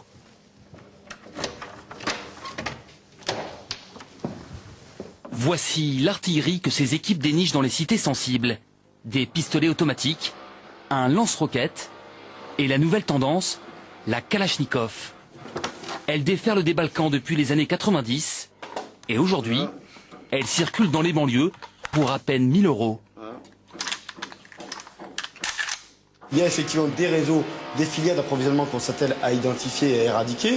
Et il y a aussi surtout une demande très forte de la part de ces jeunes qui veulent le mythe de la Kalachnikov, avoir la possession du mythe de la Kalachnikov, comme ils ont pu le vivre en utilisant des jeux vidéo. Ils veulent le vivre maintenant, l'avoir en main pour l'utiliser sur les affaires à eux, qu'elles soient des affaires de braquage ou des affaires de règlement de compte. Une arme très dangereuse, il suffit de regarder la taille du calibre pour s'en convaincre. Et ensuite on va comparer avec une cartouche de 9 mm pour une arme de poing classique. Voilà, je pense que là c'est la mort au tournant, il n'y a pas de difficulté là-dessus. Ce type d'arme qui pénètre dans un corps humain, c'est des dégâts irréversibles. Ces armes se retrouvent désormais entre les mains de gamins. Comme ici dans cette cité d'Argenteuil. En décembre 2007, 5 jeunes, pour la plupart mineurs, ont fait feu sur un homme de 28 ans. Ils viennent alors de monter un trafic de drogue. Mais à la suite d'une livraison, ils s'estiment escroqués par leur fournisseur. Pour obtenir réparation, ils la tirent dans leur repère, une cave aménagée au pied de leur immeuble. Sur place, la tension monte jusqu'au coup fatal. Le chef de bande tire à bout portant sur la victime, avec ce Browning acheté aux puces pour 400 €. Pris de panique, les 5 jeunes enterrent le corps dans un parc, à 200 mètres de la cité. Le cadavre mal enfoui est découvert quelques jours plus tard par un promeneur. Comment expliquer une telle dérive? Hayat est la mère d'un des 5 criminels. Son fils Selim purge une peine de 15 ans de prison pour complicité d'homicide volontaire. Elle habite toujours la cité, à quelques pas du lieu du meurtre. Une cave où Selim et ses copains s'enfermaient tous les soirs. Aujourd'hui encore, Hayat est incapable de comprendre ce qui s'est passé. Je sais qu'il y avait un local avec une télé, un fauteuil, une PlayStation. C'était un petit coin pour les petits jeunes de la cité, mais bon, pas spécialement mon fils, hein, il y avait beaucoup de jeunes. Mais nous, on n'avait pas le droit de rentrer, les mamans, surtout pas. Pourquoi? Surtout pas. Parce que c'est leur territoire à eux. Ils s'amusaient entre jeunes, et puis voilà. Et alors, vous ne vous inquiétez pas? Bah non, pour moi, c'était une salle de jeu. Ah, moi, j'étais contente, au contraire. J'ai dit, ah, bah, ils sont pas loin de la maison, ils sont à côté, non. Moi, j'ai rien vu venir du tout. Cette ancienne auxiliaire de vie a éduqué seule ses 6 enfants, comme elle a pu. Ouais, bah ça c'est la dernière photo que j'ai de lui, étant grand. Il a quel âge là? 17 ans. Avant la prison, Selim était en terminale. Un adolescent sans histoire, mais déjà attiré par l'argent facile. Puis c'est l'engrenage. En 3 mois, Selim et ses copains s'improvisent dealers, montent leur petit trafic. Pour se faire respecter par les plus grands, ils se donnent des airs de caïd. Attendez, si vous arrivez dans la cité, vous vous laissez faire, c'est tout de suite, vous êtes, comment dire, un petit peu heureux et tout ça. Eux, ils ne voulaient pas faire montrer qu'ils avaient peur, peut-être. Hein. Qu'est-ce qui s'est passé d'après vous? Bah, d'après moi. Moi, je vois pas d'explication. Et pourquoi ils avaient une arme? Bah, pour jouer les durs. Enfin, des durs, si on veut, hein. Attendez, au tribunal, ils pleuraient tous. Hein. Ouais. Ils pleuraient tous, hein, comme des bébés. Hein. J'y étais. Hein. Ils demandaient tous pardon et ils n'avaient même pas la conscience de ce qu'ils avaient fait. Mais pour une affaire élucidée et jugée, combien d'autres où les auteurs courent toujours? À Marseille, 7 mois après la fusillade du Clos la Rose, l'enquête piétine. Sans relâche, les parents de Jean-Michel demandent des nouvelles à leur avocate, dans l'espoir qu'on puisse enfin retrouver les assassins de leur fils. Là, pour l'instant, on est toujours dans le cadre d'une instruction qui est ouverte contre X, c'est-à-dire qu'il n'y a pas de personne nommément visée, en tout cas suspectée. J'ai la rage. J'ai les nerfs parce que je veux qu'ils soient arrêtés, ces gens-là. Je veux qu'ils payent toute leur vie. Parce que mon fils, il méritait pas ça, quoi. Je suis à bout. Je suis énervé. À Marseille comme ailleurs, difficile pour les policiers de résoudre ces meurtres. Par peur ou pour protéger les tueurs, l'omerta règne sur les quartiers.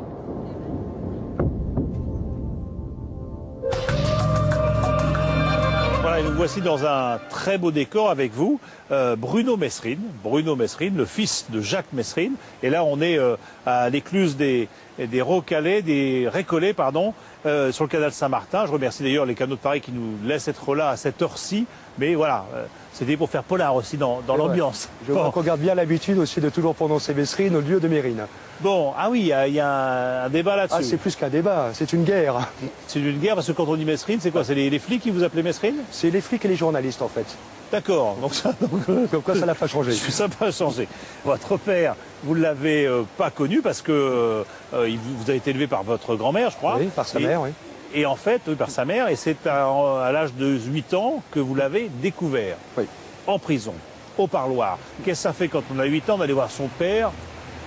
Bah déjà, ce qui m'a impressionné, c'est l'escorte des gardiens. J'ai été escorté par 6 à 7 gardiens pour un seul petit bout de chou comme moi ou comme ça. Alors déjà, j'étais très impressionné. Après, il y a la fouille.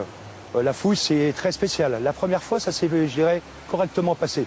Ça a été digne. Il y a eu d'autres fois où ça a été beaucoup moins digne, où on m'a mis à poil, etc., où c'était beaucoup moins sympathique. Un môme de 8 ou 9 ans? Oui, c'est ça les quartiers de sécurité. Parce que ces gens-là, à l'époque, au nom de la super sécurité, pouvaient penser qu'un petit gamin comme moi pouvait être le porteur de quelque chose. Oui, d'amener une âme. C'est vrai aussi. Ouais. Le problème, c'est qu'on n'est pas encore devant mon père et qu'après, il y a 3 vides blindés qui nous séparent. Donc je risque pas de lui donner grand-chose. En fait, dans toutes ces visites, en fait, j'ai jamais pu le toucher. Voilà. Et on va voir quoi? On va voir un héros ou on va voir un voyou? Non, moi au départ, donc j'arrive dans cette petite cabine où la rencontre va avoir lieu. Moi au départ, je suis comme ça.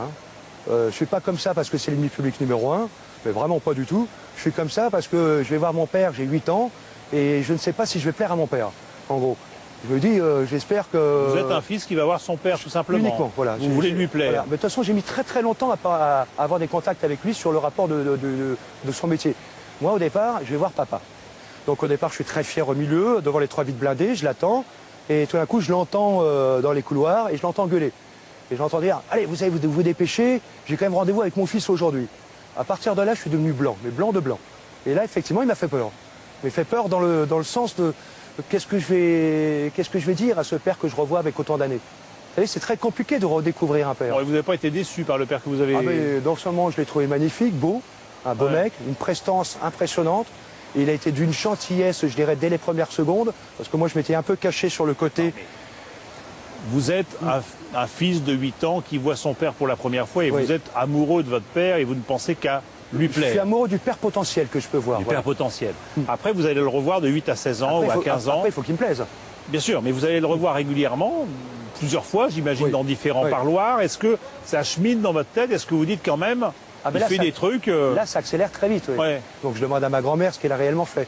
Ma grand-mère a toujours des phrases assez gentilles en disant, tu sais, ton père, il a fait beaucoup de choses, mais il n'a rien fait de mal, il n'a jamais fait de mal à quelqu'un. Voilà. Et vous lui en parlez à lui de ce métier de voyou? Et moi, pratiquement jamais, non. Jamais. Mais les questions sont énormes. Mais les questions sont tellement énormes que j'ose même pas le déranger sur ce genre de sujet. Lui, il n'arrête pas de me parler de ce que je fais à l'école, si je travaille bien, quel est mon... Et il vous dit de pas tourner mal. Ah, mais il me dit surtout de bien travailler à l'école, d'être très sage avec ma grand-mère, d'avoir une bonne éducation, de ne pas faire de bêtises dans la vie, etc.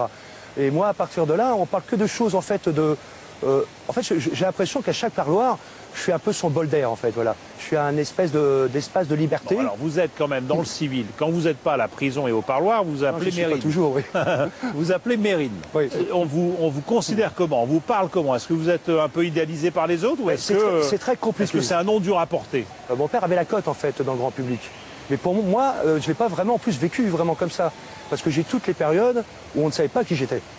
C'est-à-dire que j'avais 2 vies dans la même journée, en fait.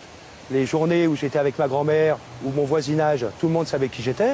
Là, c'est pas un gros souci parce que ces gens-là, la plupart avaient connu mon père étant jeune et apprécié. Alors qui, à l'école, on ne savait pas qui c'était? Qui vous étiez? Vous aviez un autre nom? À l'école, j'avais un autre nom, oui. Dans presque toutes les écoles. Les gamins jouaient à mon père dans le cours de création. Tous les gamins étaient fous de mon père. Moi, j'étais comme les autres gamins. Il n'y a pas de raison. Et vous jouiez à Mérine aussi? Je jouais à Mérine. Sans leur dire que vous étiez Mérine. Voilà, c'est ça le problème.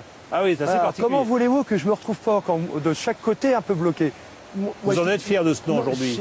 J'ai pas en abaron de toute façon déjà pour commencer, parce qu'il a peut-être totalement déconné sur l'éducation de ses enfants, sur de ne pas les avoir surveillés, de ne pas avoir été là en fait, de ne pas avoir été présent. Mais en attendant, voilà, il est resté dans l'histoire. Merci en tout cas d'être venu ici le long de ce canal pour nous raconter votre vie et l'histoire de votre père. Voilà, on arrive au terme de l'émission. Merci à tous ceux qui m'ont aidé à préparer l'émission, avec une mention particulière cette fois-ci pour Audrey Goutard qui est la spécialiste des questions de police à France 2 et qui nous a aidés. Je remercie bien sûr tous ceux qui m'ont aidé à la préparer, que ce soit Philippe Visserias ou Gilles Delbos à la rédaction en chef, que ce soit Philippe Lallemand à la réalisation des plateaux, Fanny Rose Conqui à la préparation de ces belles plateaux. Je remercie les studios du Landy pour le parking qu'ils nous ont donné comme décor, les écluses et les services de Paris. Je vous dis que vous disposez bien sûr toujours de notre site internet pour nous faire part de vos critiques et de vos suggestions, que la semaine prochaine, vous retrouverez Yves Calvi pour mots croisés, que nous, dans 15 jours, nous serons juste le jour où commencera la véritable instruction de l'affaire Strauss-Kahn à New York. Et donc, nous consacrerons toute l'émission au fond du dossier. Voilà, mais la soirée n'est pas finie et je vous laisse bien sûr avec le journal sur France 2.